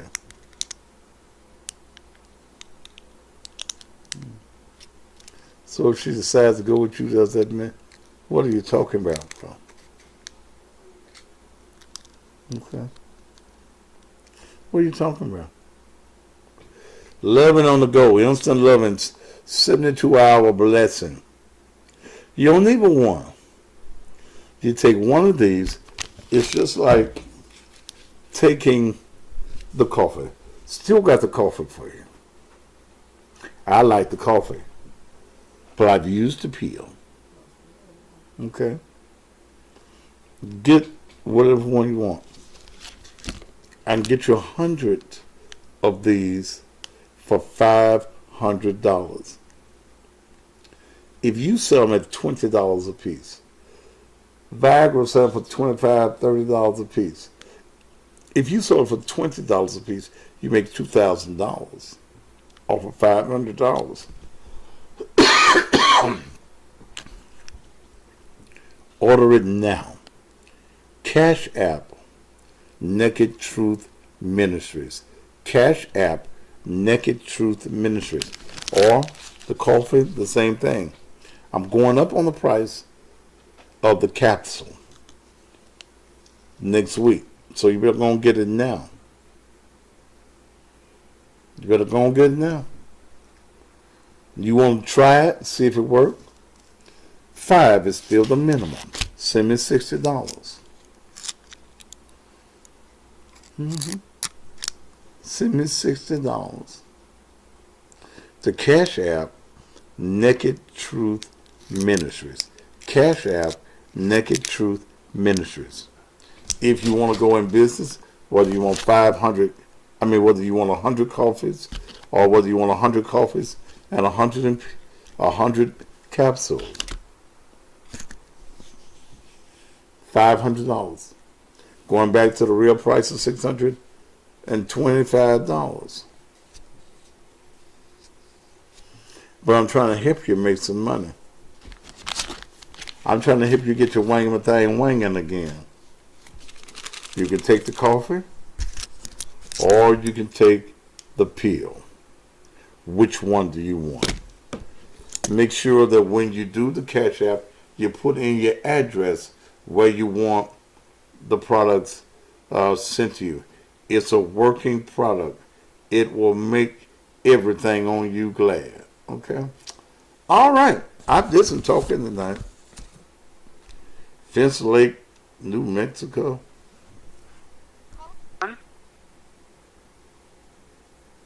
To accept, press 1. To send a... No, so you have to give a name. I don't even want to talk to you if I don't know your name. Try it again with a name. Okay?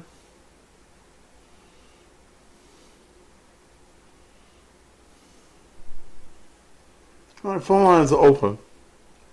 901-231-9239.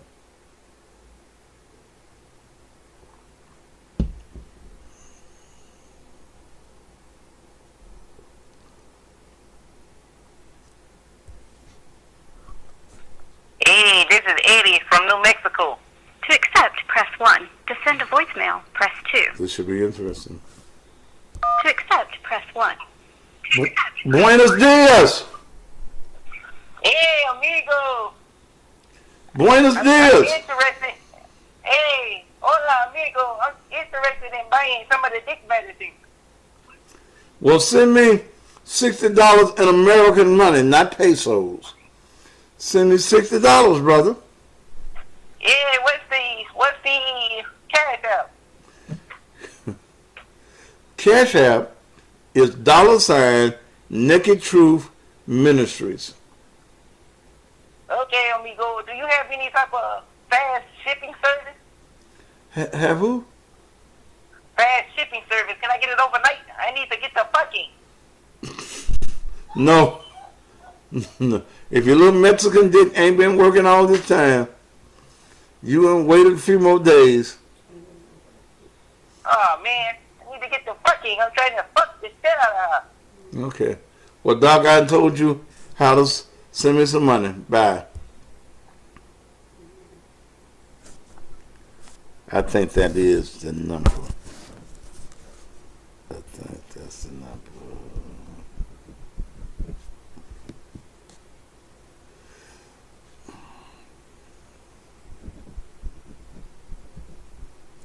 You didn't know I was that good of an interviewer, did you? Mm-hmm.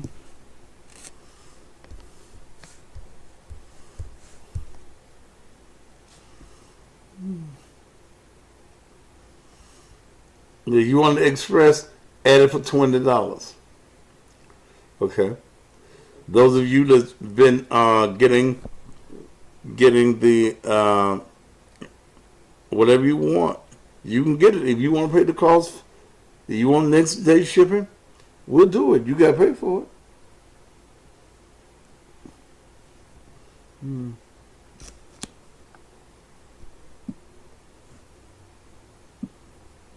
Let's see if this is the right number.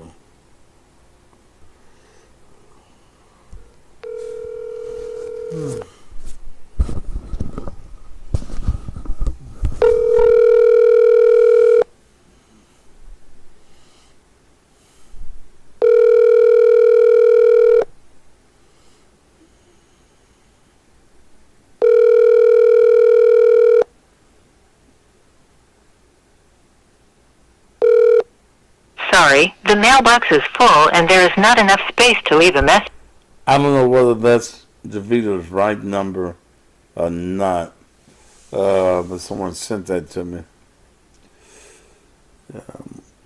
All I'm going to have to talk to me. Whew. You get a minimum of 5, like this top row right here. 1, 2, 3, 4, 5. Okay. You get 20 of these little packs. That'd be 100. Or you can get 50. Or you can get 5. Send me that money right now.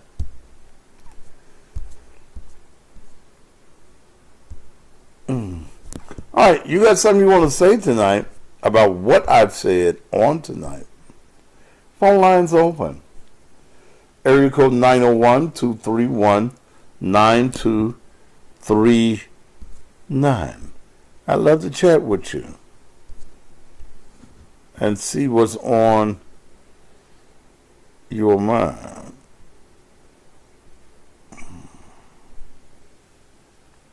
(901) 231-9239. Any of you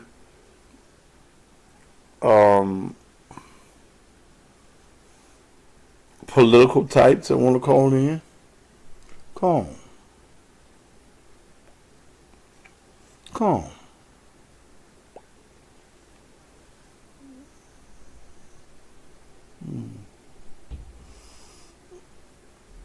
I can't get none of these politicians to just call me.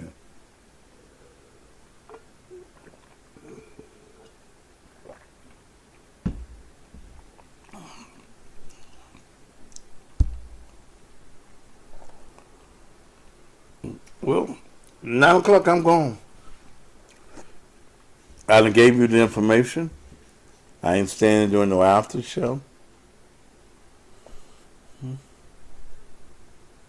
But I've given you good information. Come on, guys. Here's your product. Here's the capsule.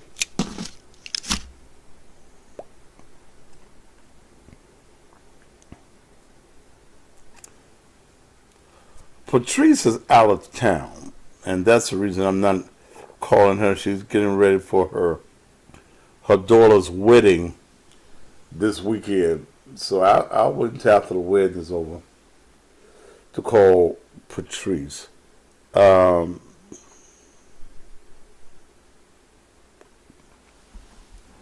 I've given you some facts, and I've talked to council member J.B. Smiley and Cheyenne Johnson. If she's your representative, y'all didn't vote for nothing. Okay.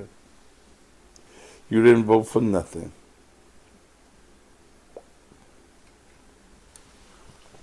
She's going to be the weak link.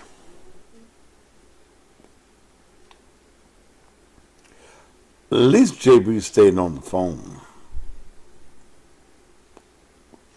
She's going to be your weakest link.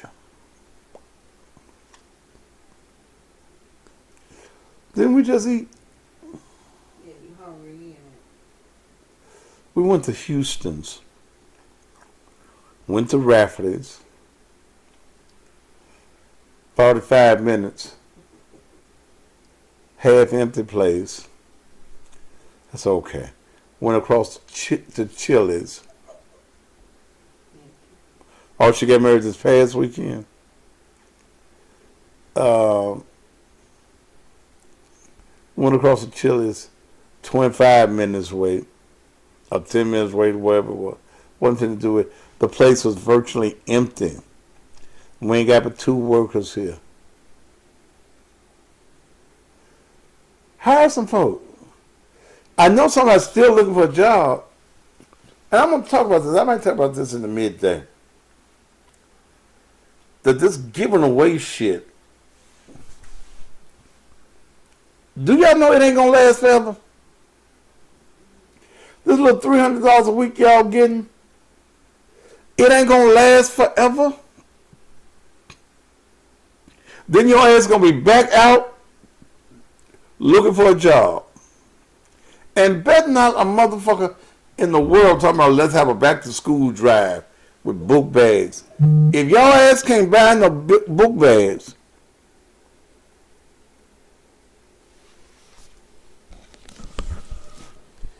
if y'all can't buy no book bags with all this money y'all getting now, your child needs to carry his books in a paper bag. Prince Lake, New Mexico. I'm not going to talk to you again, brother. You get only one time to be stupid. Let's see what Michael Allen Thomas says. Send me an email.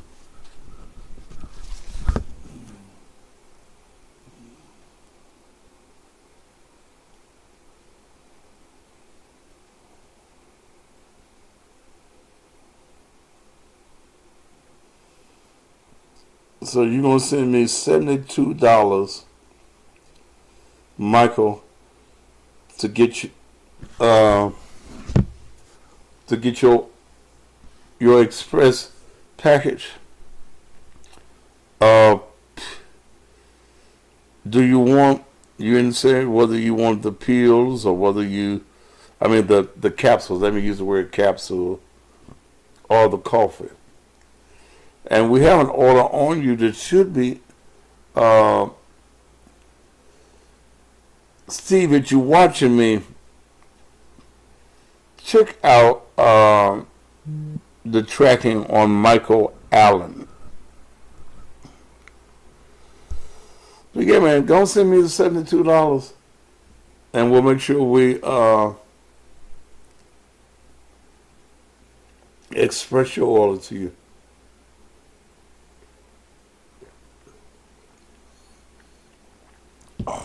Mm-hmm.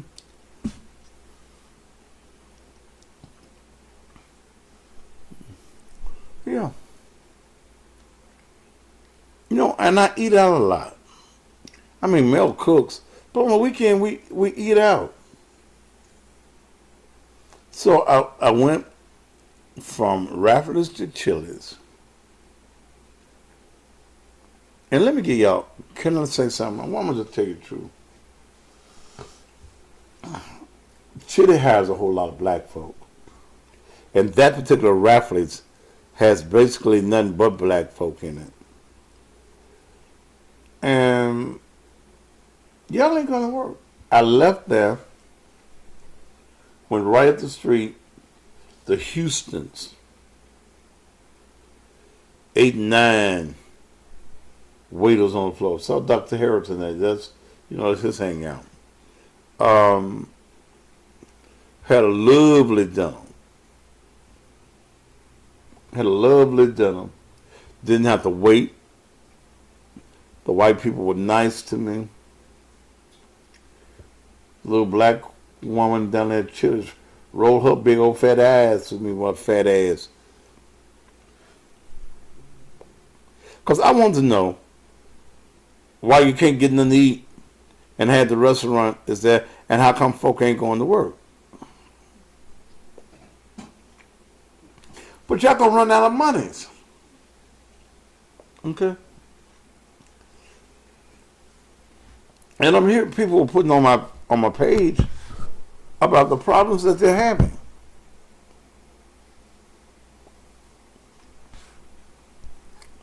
And you know, I like going to restaurants where I can sit down and eat. Like now, I'm hungry again. Okay.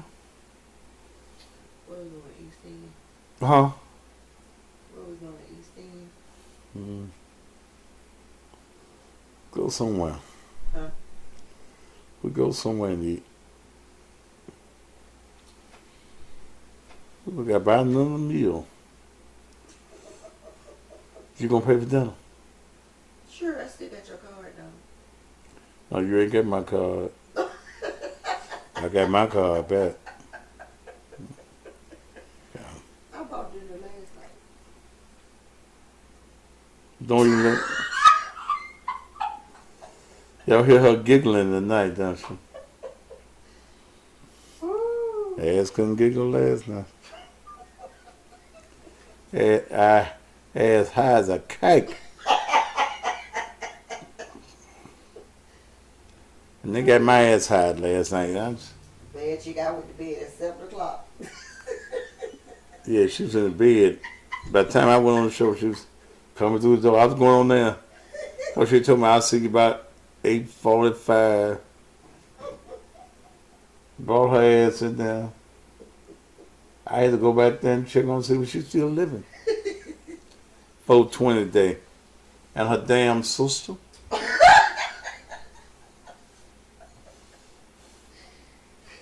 Jamie did that shit. I thought you cooked the Brownie. yeah. No. She did it. Jamie did. And she used some of that CBD oil, right? That they sell in the store. She put all that shit in there. And she put the whole goddamn bottle in there. I hadn't been that high in years. I took it down off of Facebook, but it's still on YouTube. I'm going to watch it. God damn it, I'm so high. I came on here, I didn't know what the fuck I was saying. That shit wasn't funny. Yes, it was. Because you kept coming back there fucking with me. Shit. I was having hallucinations.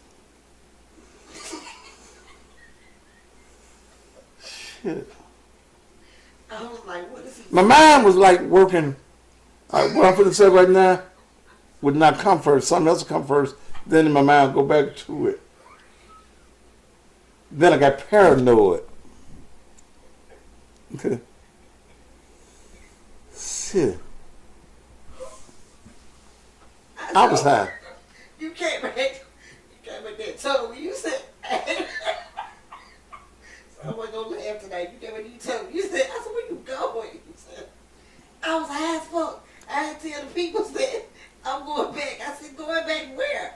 You said to do my show. I said, baby, your show on there. I told the folks I'm going to let them out, go call them. I couldn't do but about 4 or 5 minutes.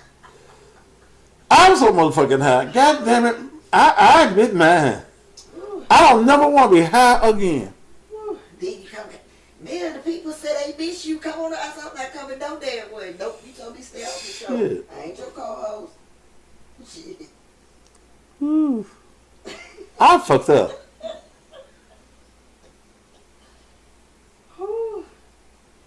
Shit, I can't. Who's this? Jesus. From. Willie. To accept, press 1. Well, Willie, what's going on, man?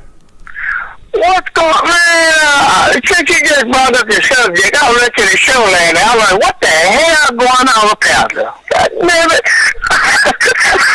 You said, man, I'm going to go off. I'll be back on the air in an hour. I said, what the hell? And he started talking about the brownies. I said, yeah, he on another level right now, I tell you. That's it. Her sister, I love her sister there. But that motherfucker can't find me a piece of chicken, and I'm gonna eat it.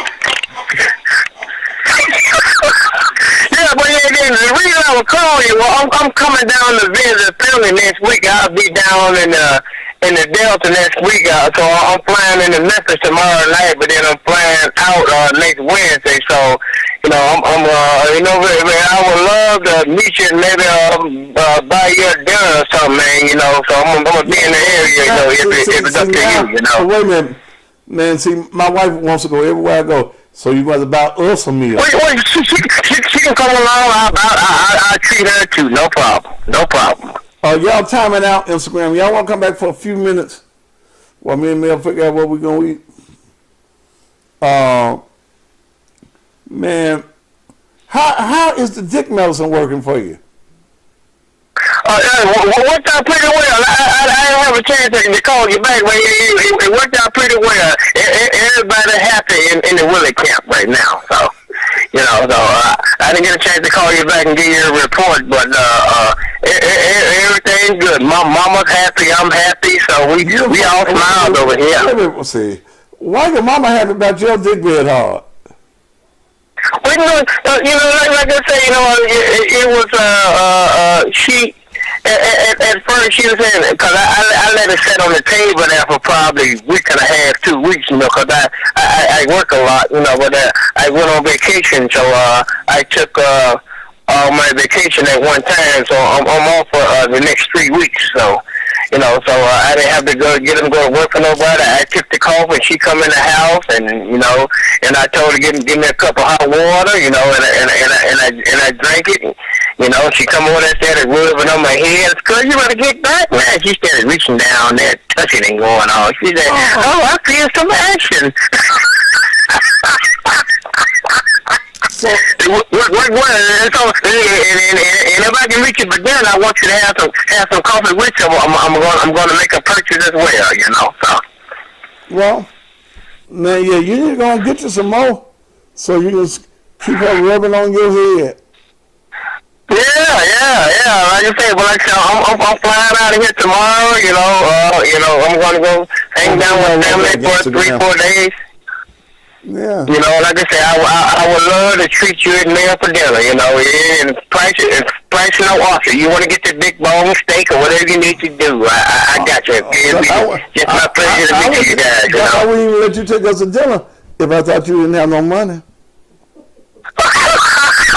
Well, I already know that you don't fool with broke folks. I knew that already, so you ain't just give me that part, so. See, I like going to places. I don't even look at the damn menu. I just order. I see what I want. Order, then just do what you got to do, you know. So. I'm hungry. Let me eat. You know, so but I just want to call and check. But I was into that show last night, and when you said, well, I'm gonna go off the air, and I'll be back on the air in an hour, and he ain't coming back on no damn air. And you say he's gonna be back in an hour. He's talking about this damn head right now, so I'll be back in an hour. Yeah, you said that. I'll be back on the air in about an hour. Y'all just give me about an hour. I'll be back on. Yeah, we ain't hear from your ass no more. I came back an hour. Oh, you did? Yeah. Oh, I said, after you said that, I want you to sleep too, because I will have me a couple of cocktails. So I said, you said you be looking out, that he ain't coming back. That's just some brownies talking. He ain't coming back. Yeah. I came back. I was still fucked up. But I wasn't as fucked up. You still fucked up, but you can't. I had control of the English language when I came back. But shit. So who did that to you? Your sister all did that to you? Huh? Who made the brownies? Her sister? Okay. Well, you want to put a little bit out the bottle in there. I had pulled the whole CBD bottle in the brownies. Huh? Yeah, because I was listening to you. You was kind of in character and out of character at the same time. So I ain't know who I was listening to, but I just kept on listening though. So you know how it goes. So. Yeah, man, I was out of it. I pulled away from their house. I'm in my Cadillac, screeching my tires.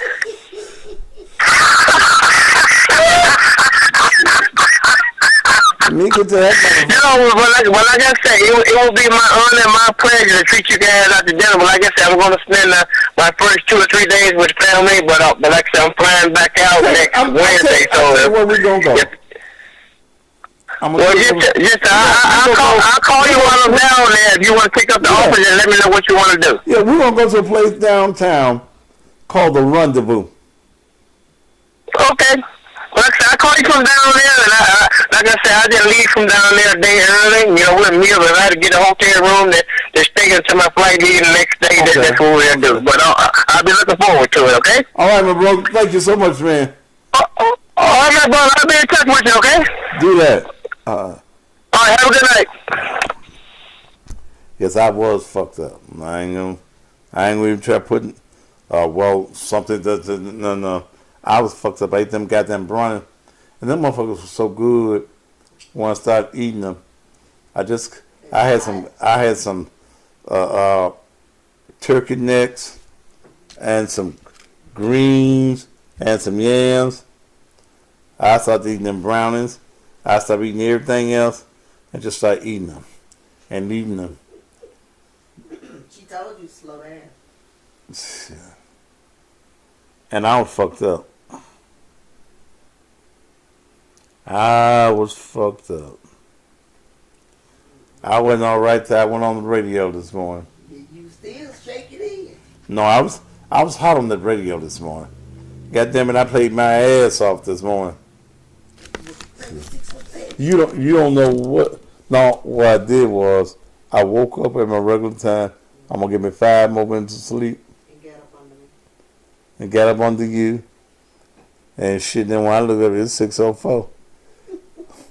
So I ran in there naked and hit the button. Bring me my phone and my robe. Yeah. All right, y'all. Y'all better go ahead and get this. Woo.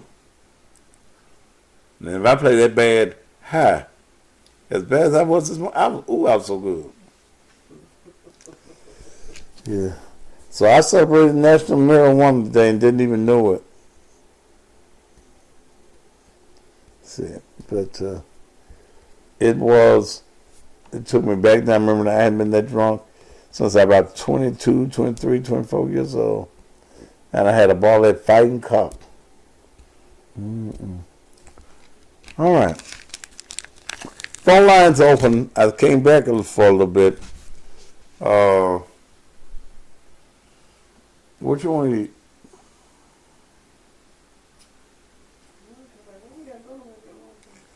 Well, what we gonna eat?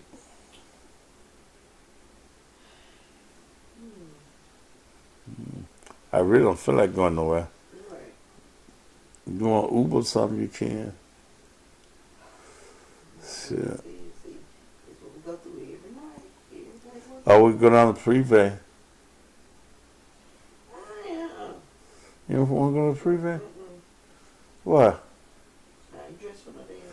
You got dress. I don't know why you think you got to dress up. If I'm going out, I'm going to dress up.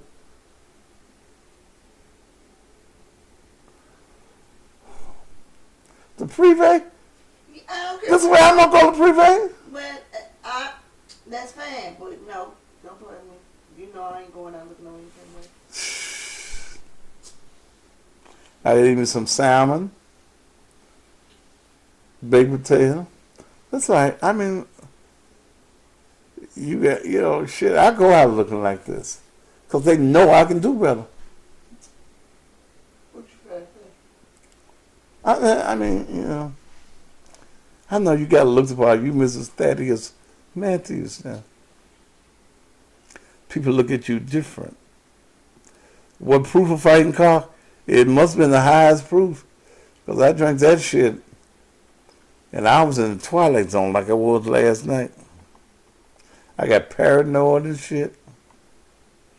Okay. You want me to order for Freeway for you? Don't want to order Freeway? Yeah. They going to deliver Freeway? They going to know it's my plate. Well, baby, I ain't, look, you can call down there and tell them it's yours. Just order something. I don't care. I don't give a shit. You don't want Freeway? I don't want no rib tips tonight. Baby, happy they take orders to 9:30, so you better come on. Okay, well, don't make it. What you want? Give me the salmon. I want baked potato. Can I have a baked potato? And some broccoli.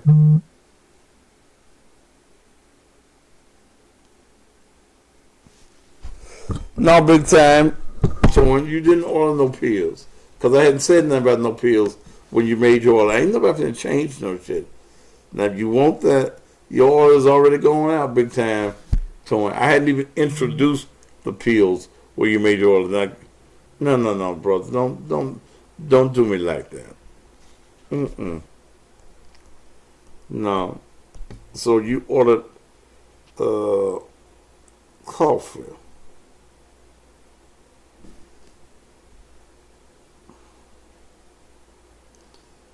And you got your coffee. You didn't order no pills, brother. Don't come lying, brother. You did not order no pills because I didn't introduce the pills officially until yesterday. Now, you want big time towing. If you want some pills, send me some money. You didn't send me the package. You done got your 10 coffees, but you didn't order no pills. Okay. So send me another $60, brother, and you can get you some pills. But don't try to be nigga slick with me.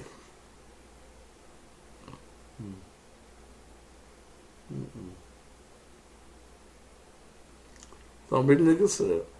Send me another $60 and I'll send you some pills. And they're not pills, they're capsules. Capsules. Same price.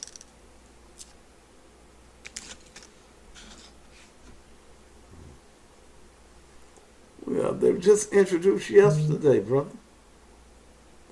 You need a case? Okay. How many you want in the case, brother? Dial me on the phone. We'll negotiate a deal right now. 901-231-9239. Because you want me to read your little Instagram message.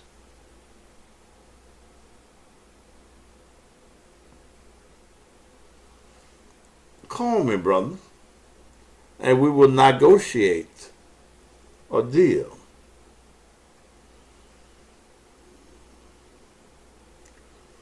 Right now on there.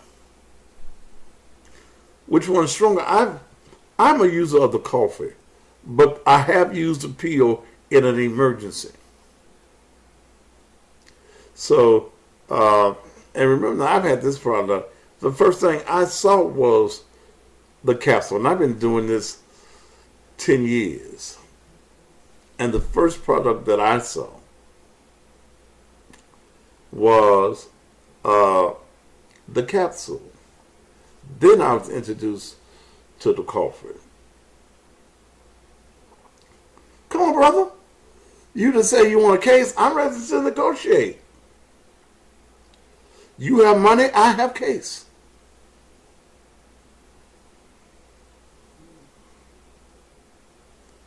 So I hate for y'all be telling me like y'all want something, or you got some money and you don't call me.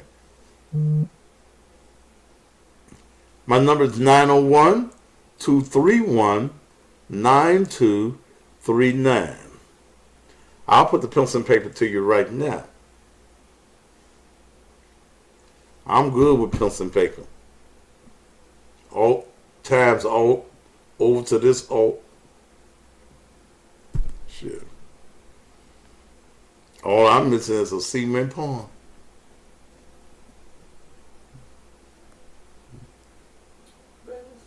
Yes. Do what? See my card. Yes. My card for what? So I can pay for this food. Oh, Ain't you got a card? I want your card. Your card got the money on it? Not as much as yours.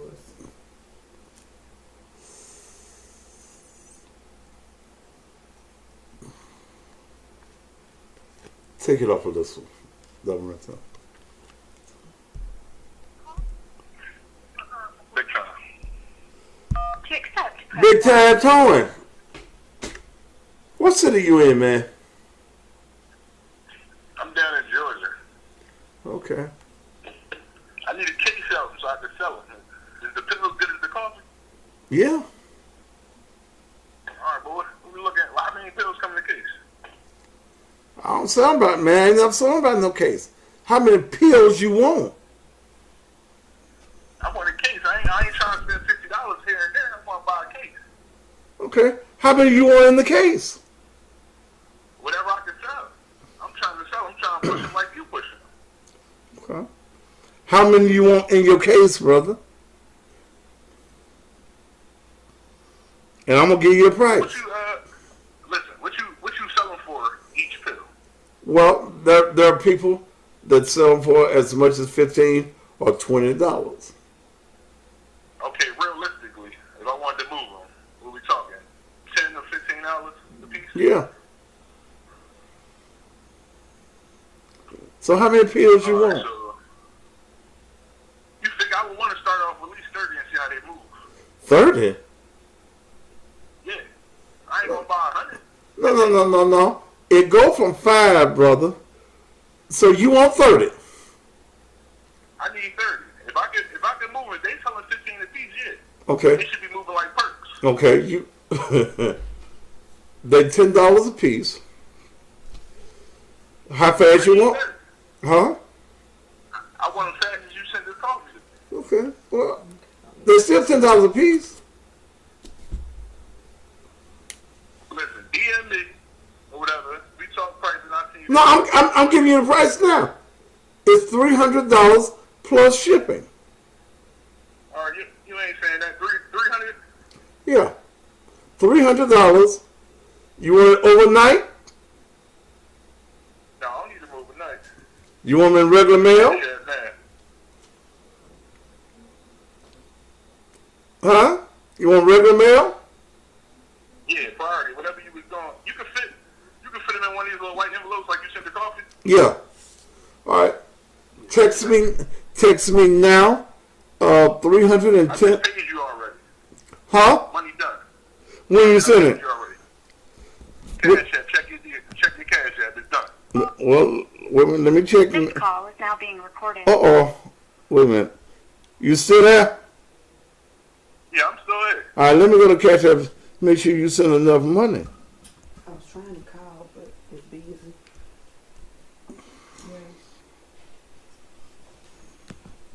Let me check see if you sent me enough monties.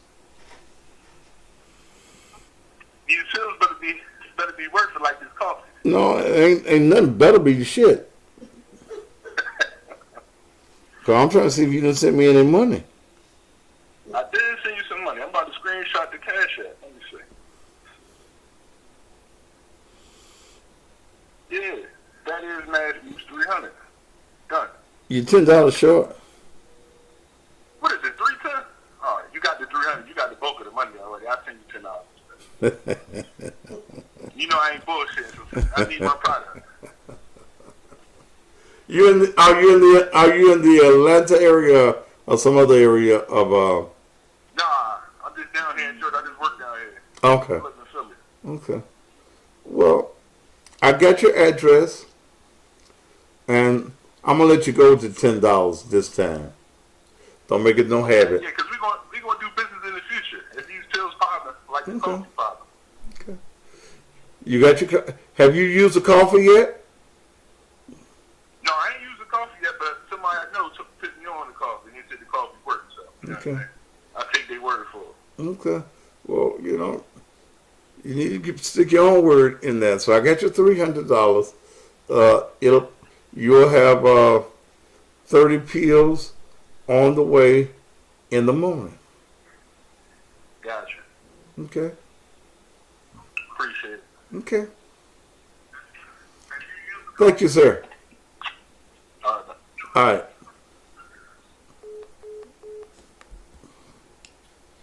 Tried to call. Did you what? I tried to call freeway, but they But baby, if you want to call somewhere, it don't make me. No, I ordered. It's ordered. I was just gonna let them know it was your food. Oh.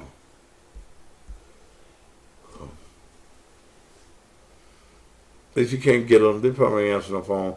It's Wednesday night up there. I'm saying I ordered it already. Okay. We still got some Tabasco sauce on, yeah. Okay. And hey, y'all, it's enterprising. It's about making money. What I try to do with each of my shows is make at least $600, $700 a show, or $1,000 a show. Midday show, night show. It's called economic empowerment. Man, this is a ministry. Now, it don't look like y'all gonna be here no 10 o'clock either. But it's about making money. Then you ain't gotta wait on nobody to do nothing. I gotta go to Las Vegas in May. And while I was in Vegas, shit, made arrangements for a charter flight to, Why you saying? what's that, Biloxi? Yeah. Huh? You take Morgan to the cabins. Yeah, I gotta take Morgan to the cabins. Look, anybody in Memphis that know where, and I guess I'll post it tonight, where I can get Morgan is gonna be 6 years old. In May 19th, right? But she having her birthday on the 15th. For the last, how many years has that? I've been supporting her. Last 4 years of her life, I've been supporting her birthday party. And she spoiled. She told Mel she wanted a bouncer and a water slide. They told her she could only get one. So I'm sitting there high. And Morgan's my baby. They start this conversation with Morgan with me. And they tell Morgan, you can't give her one. And Morgan's question is, how come? How come I can't get one? Then she look at Thaddy Bear. That's what she called it, Thaddy Bear. I said, come here, Morgan. How many you want? I want both.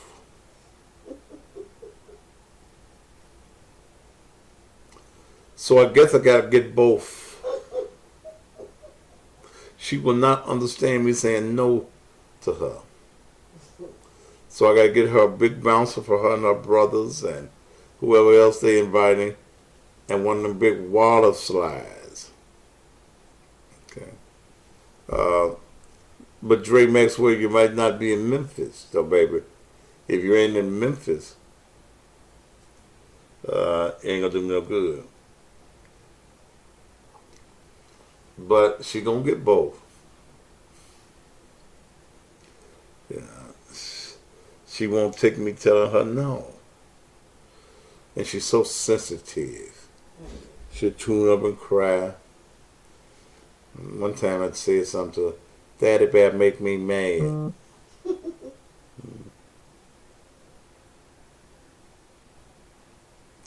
Okay, bro.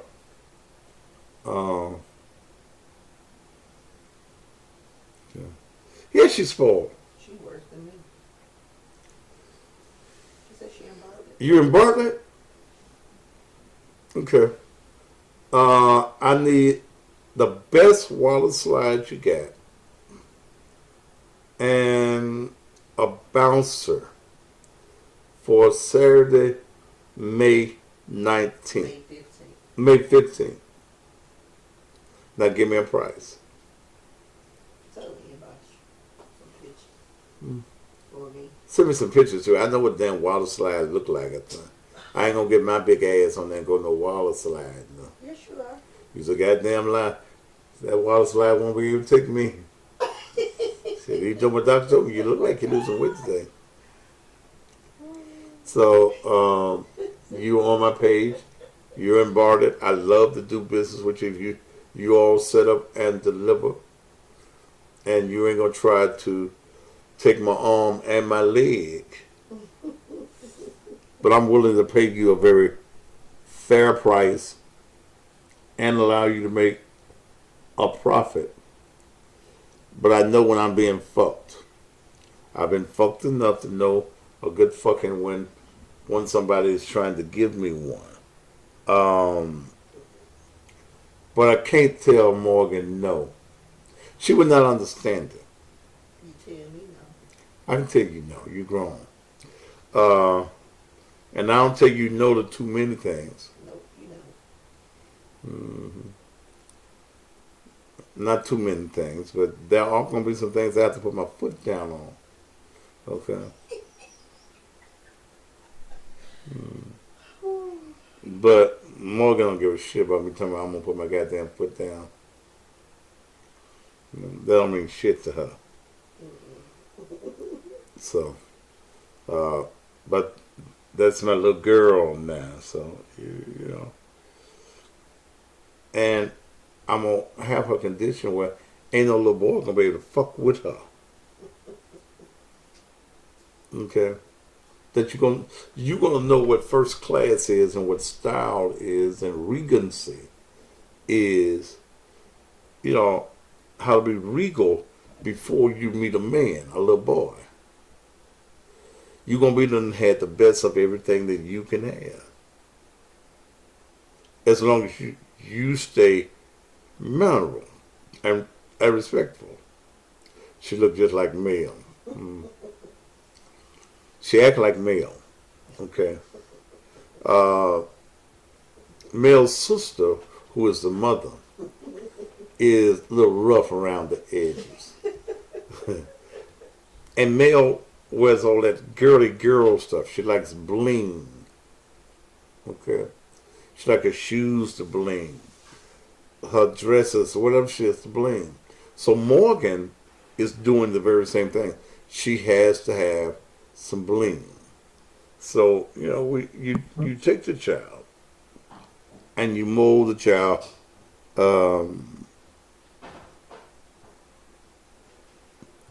I would love to hear, wait a minute, I would love to hear you and Mel's story on how y'all met.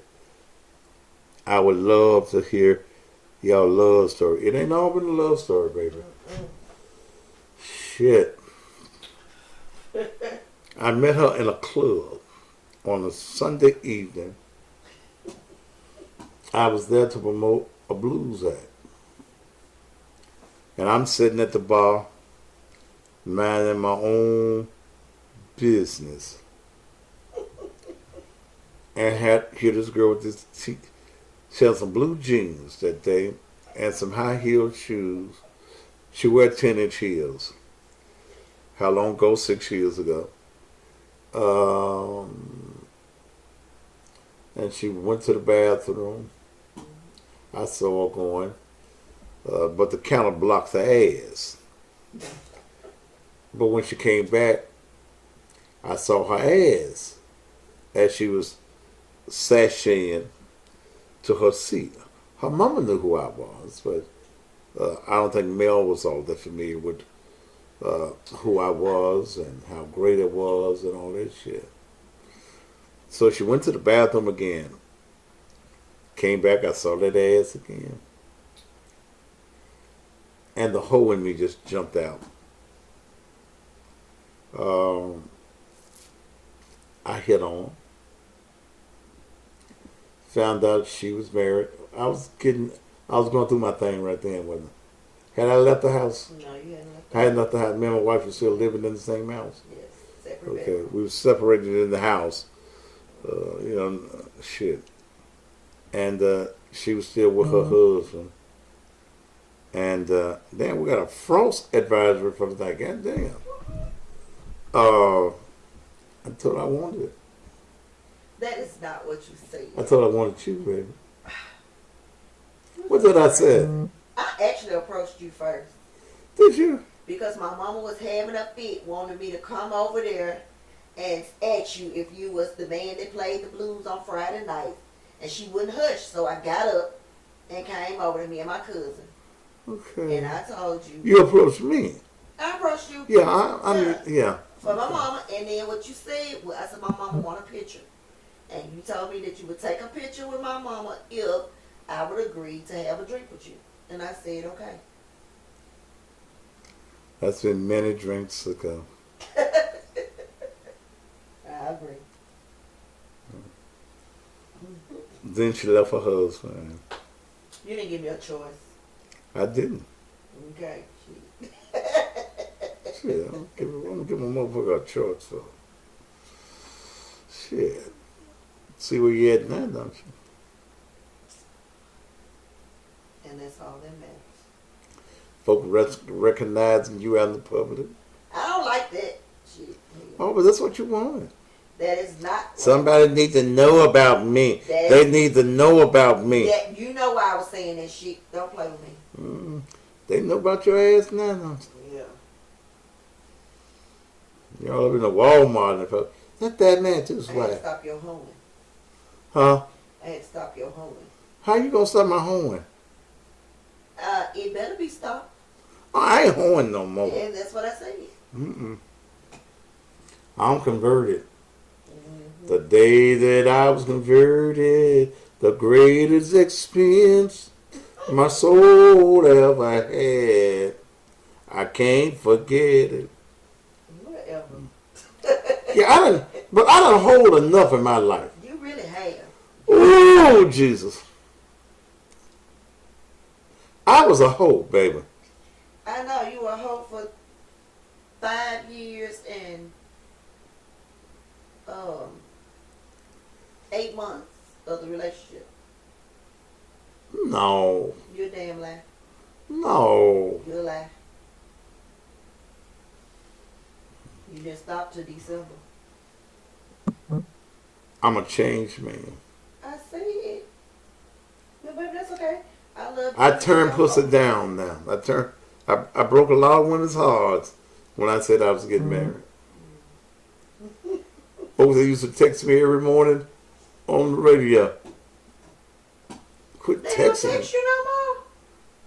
2 or 3 of them don't. Oh. 2 or 3 of them just don't give a shit nowhere.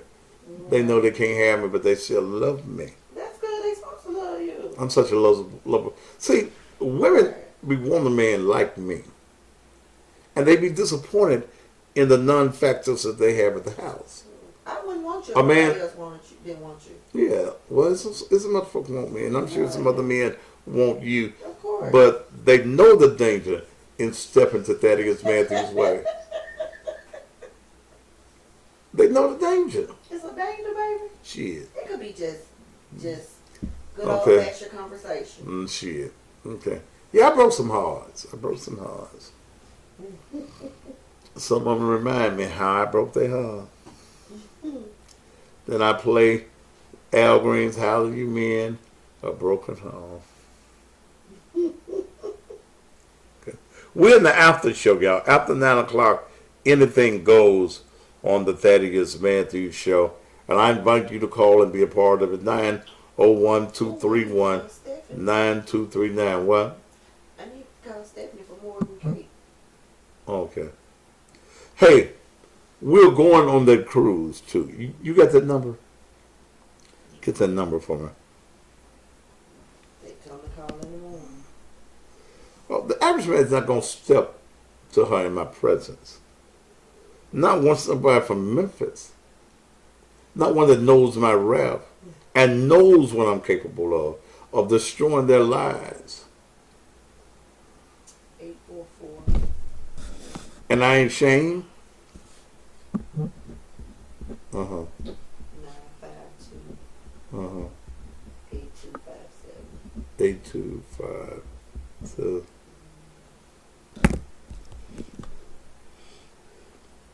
You might be stepping me. You know, I'm just friendly anyway. You ain't done Jack meaning fight about the pussy. I don't have to fight about pussy that belongs to me. Don't your pussy belong to me? Huh? Don't your pussy belong to me? But now you even had to ask that question. Okay. See, don't you motherfuckers Just Shawty, I talked to Marion yesterday. she talked to Tamarian yesterday. Yeah. So The trip is on. and that's what I told her we're going regardless. Okay. That's what We going if I don't fill up the 50 rooms, those of us that go, we going. right. Fuck these broke motherfuckers. Okay. Oh boy said they sound like perks. Yeah. We going on the cruise. I told you I'm gonna live a good life. I'm going to Vegas next month. That's officially our honeymoon. I'm gonna be gone 3-4 days. Okay. Okay. I'm gonna do the show from wherever I am. Then I'm coming back 2 weeks from that. We get on a chartered plane and going to Beauregard. Ain't that the name of it? Beau Rivage, baby. Beauregard. Okay, Von Vage, whatever. That's good enough, baby. Okay. Then I'm going up in the cabins. We're gonna cruise before the cabin. We're going to the cruise first. Then we're going to the cabins. Okay. Yeah, that's Can females take the pills? No, unless they got a dick. Now, if you run into some transvestites, they can take the dicks. If they top drag queens or TS or transsexuals, it works. But I wouldn't give the woman is made to stir the blood in your dick, man. So a woman ain't got no business taking the pill. Now, you can try a woman out and see if it works on her, because then we'll paint the capsules pink. Shit. If it works. If it works, brother. She gonna send you some pictures of the bouncers? Yeah, young lady with the bouncers. Send me the pictures of the bouncers. Cause if you got the bouncers, I'll secure, and they're if you got them, I can secure it, baby. Yeah. So send me a picture of the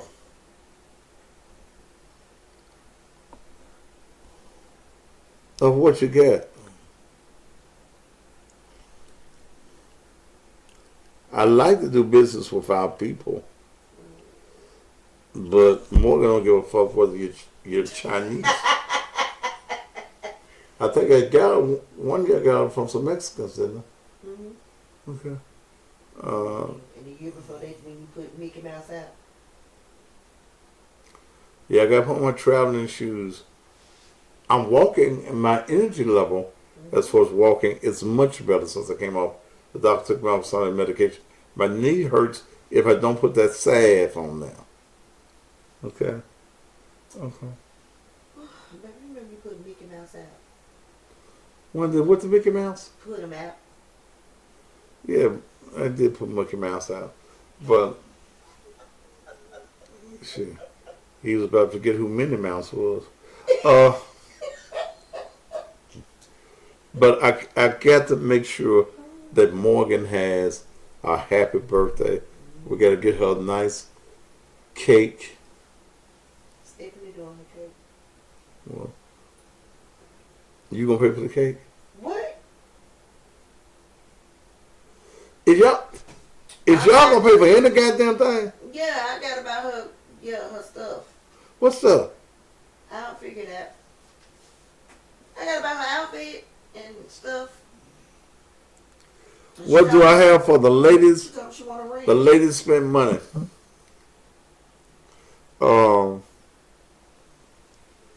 857-646. That's enough. Thank you.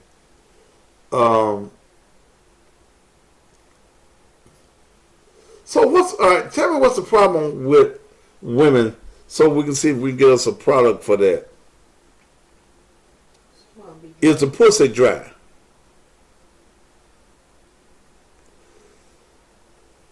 Okay. She ain't getting turned on. What we need for the women?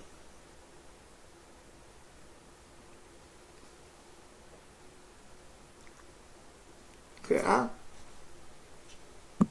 You do have some women that say that they just like, huh? you have some women that say like they just not, like they just don't desire it. It might They don't be their desire hormones. sex? Yeah, it might be their hormones, like a hormone booster or something. Some of them say they dry out fast. The pussy dry. And it said, stop saying. Look, Well, some women you gotta be a little bit softer and gentler when you talk to the ladies, baby. But what? If your pussy dry, it's dry. Stop it. It's not. You gotta be sensitive when you talk. Sensitive about what? A dry pussy? Yes. Stop it. Because What do you say? All right. it could be How do you call a pussy that's dry not dry? Let's go to Las Vegas. Let me see what the fuck this is. Oh Lord. Gina. To accept, press 1. To send a voicemail, press... Yes, Tina. Hi, you just asked what do women need Yes. as far as, yes. So I would say, see, I'm on the depot shop, right? You're the what? Control. The depot shop. That's what. That's So why. it's a form of birth Is that the one control? that keep you? All right. Yeah. So I go get the shot every 3 months. And what that does is it really limits your desire. You have no desire for it whatsoever. And so much so that my husband thinks I'm having an affair. No. But I'm not. I just don't want to be touched. I don't want to have sex. That's it. Okay. Then why don't you come off the depot shot? Why don't I come up with what? Why don't you come off the shot? Because I don't want to get pregnant. Why don't you use a condom?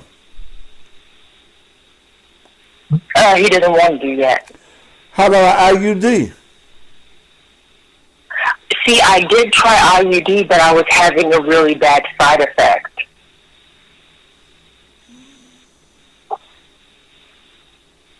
So the best form is this one, but I mean it's working well. I mean just the thought of it, just I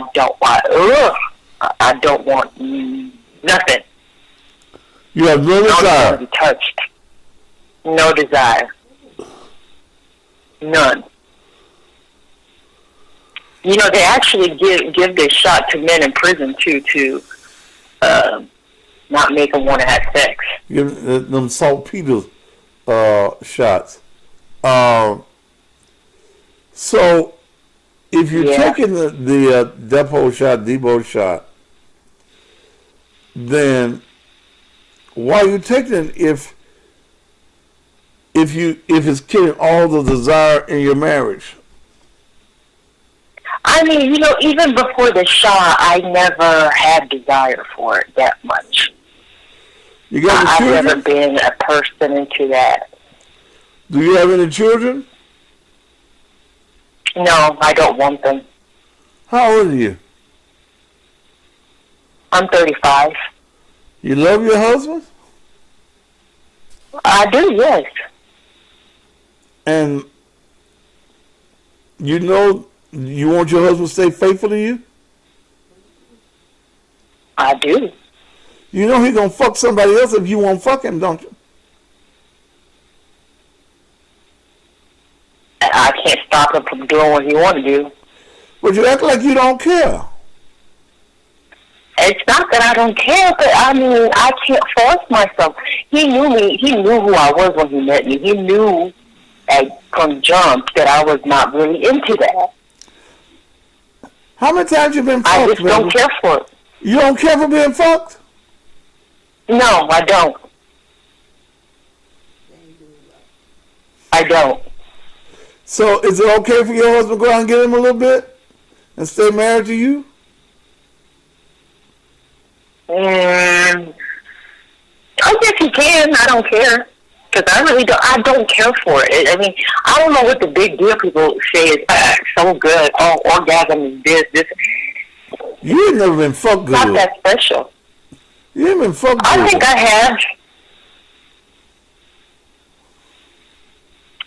have. And my husband, it's very good. He knows what he's doing. It's just that I just don't care for it. So what do you do to satisfy I'd rather read a him? book. What do you do to satisfy him sexually? Whatever he wants. So you suck his dick, Yes. but you don't get nothing out of it. It didn't give me nothing. No, I'm just there, until he gets his satisfaction. Do you catch and it? it's done. Yes.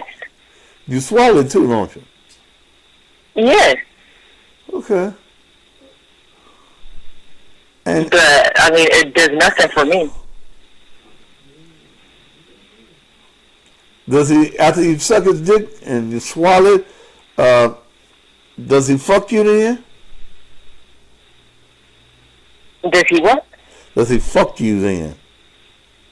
Yes, he does. And you get nothing out of it? No. You just, I can't show him, but... Huh? I'm sorry? I can't show it to him, but internally I'm not getting nothing out of it. So you pretend as though you're enjoying it? Yeah, I can't make him feel bad about it. So you, that's good. You do that? I don't overdo it, but...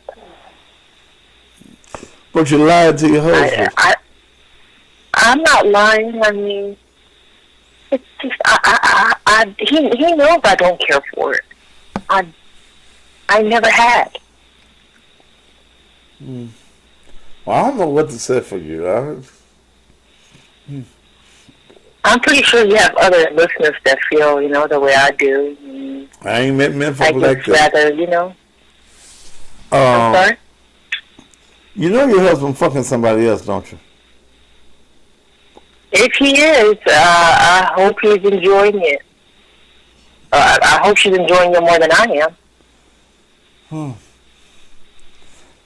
Okay. You might want to talk to a doctor about that, though.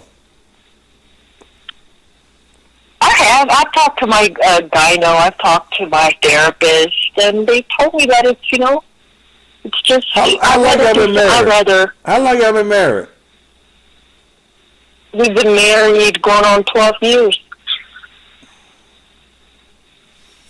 I don't know what to tell you. I'm just.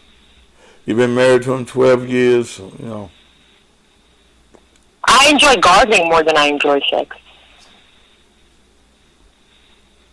Looking at my plants. Looking at your plants. Yeah, that gives me satisfaction. Okay. Well. Life, people need to understand life is much more than pounding each other in bed for an hour. It is? Okay. Yes. All right, baby. You know that man's life is miserable, thank don't you? He's miserable. Okay. No, he ain't. He ain't. Trust me, he's not. Shit. Do you masturbate? No, I don't.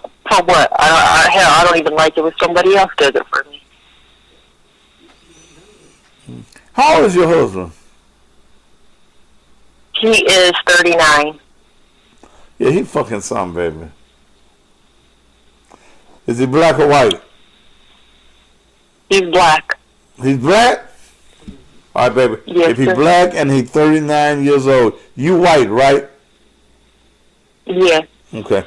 If he black and he's 39 years old, he fucking.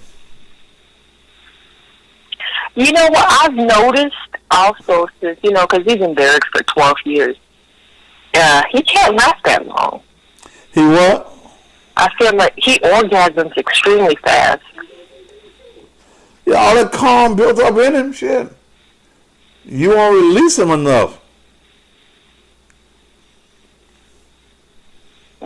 He can't last. I mean, I've just noticed over the years, within 10 minutes, and then he'll say, can you give me a few more minutes? He just fucking a hole.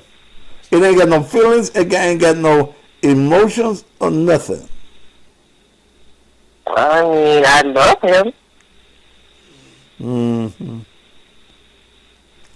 All right, Tina in Las Vegas. All right, have a good night. Okay. Bye.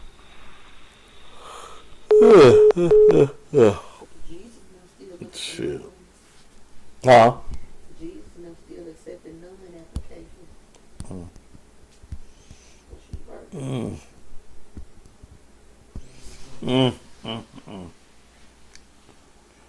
Lord have mercy.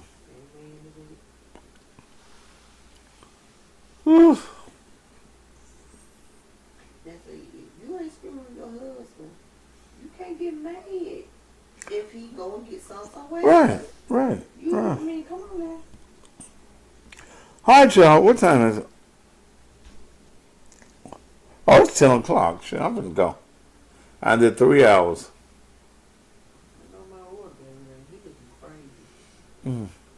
Yeah, he's 39 years old in Las Vegas.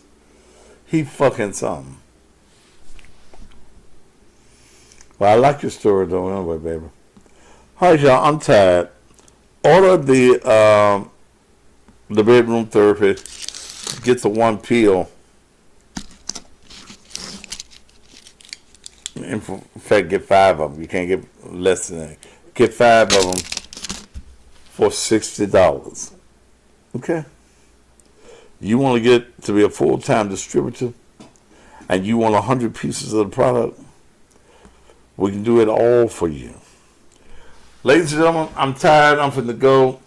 Wait on my food to get here. Ooh, damn. Y'all have a good night. I hope y'all enjoyed the show tonight as much as I enjoyed giving it to you. We'll talk again tomorrow evening. Top of the night to you.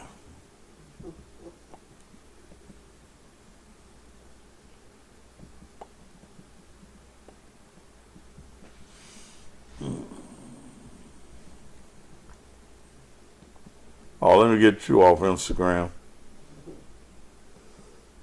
Forgot about y'all. There you go. Oh. All right. Instagram, thank you so much. I'm tired. I'm going to go rest a little bit. No, I'm going to rest a big bit. Good night, sleepyhead. You motherfuckers ain't talking about shit.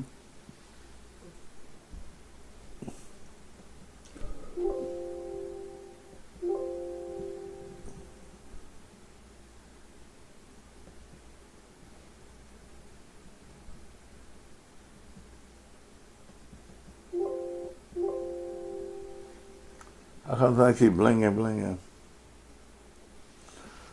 Good night, Instagram.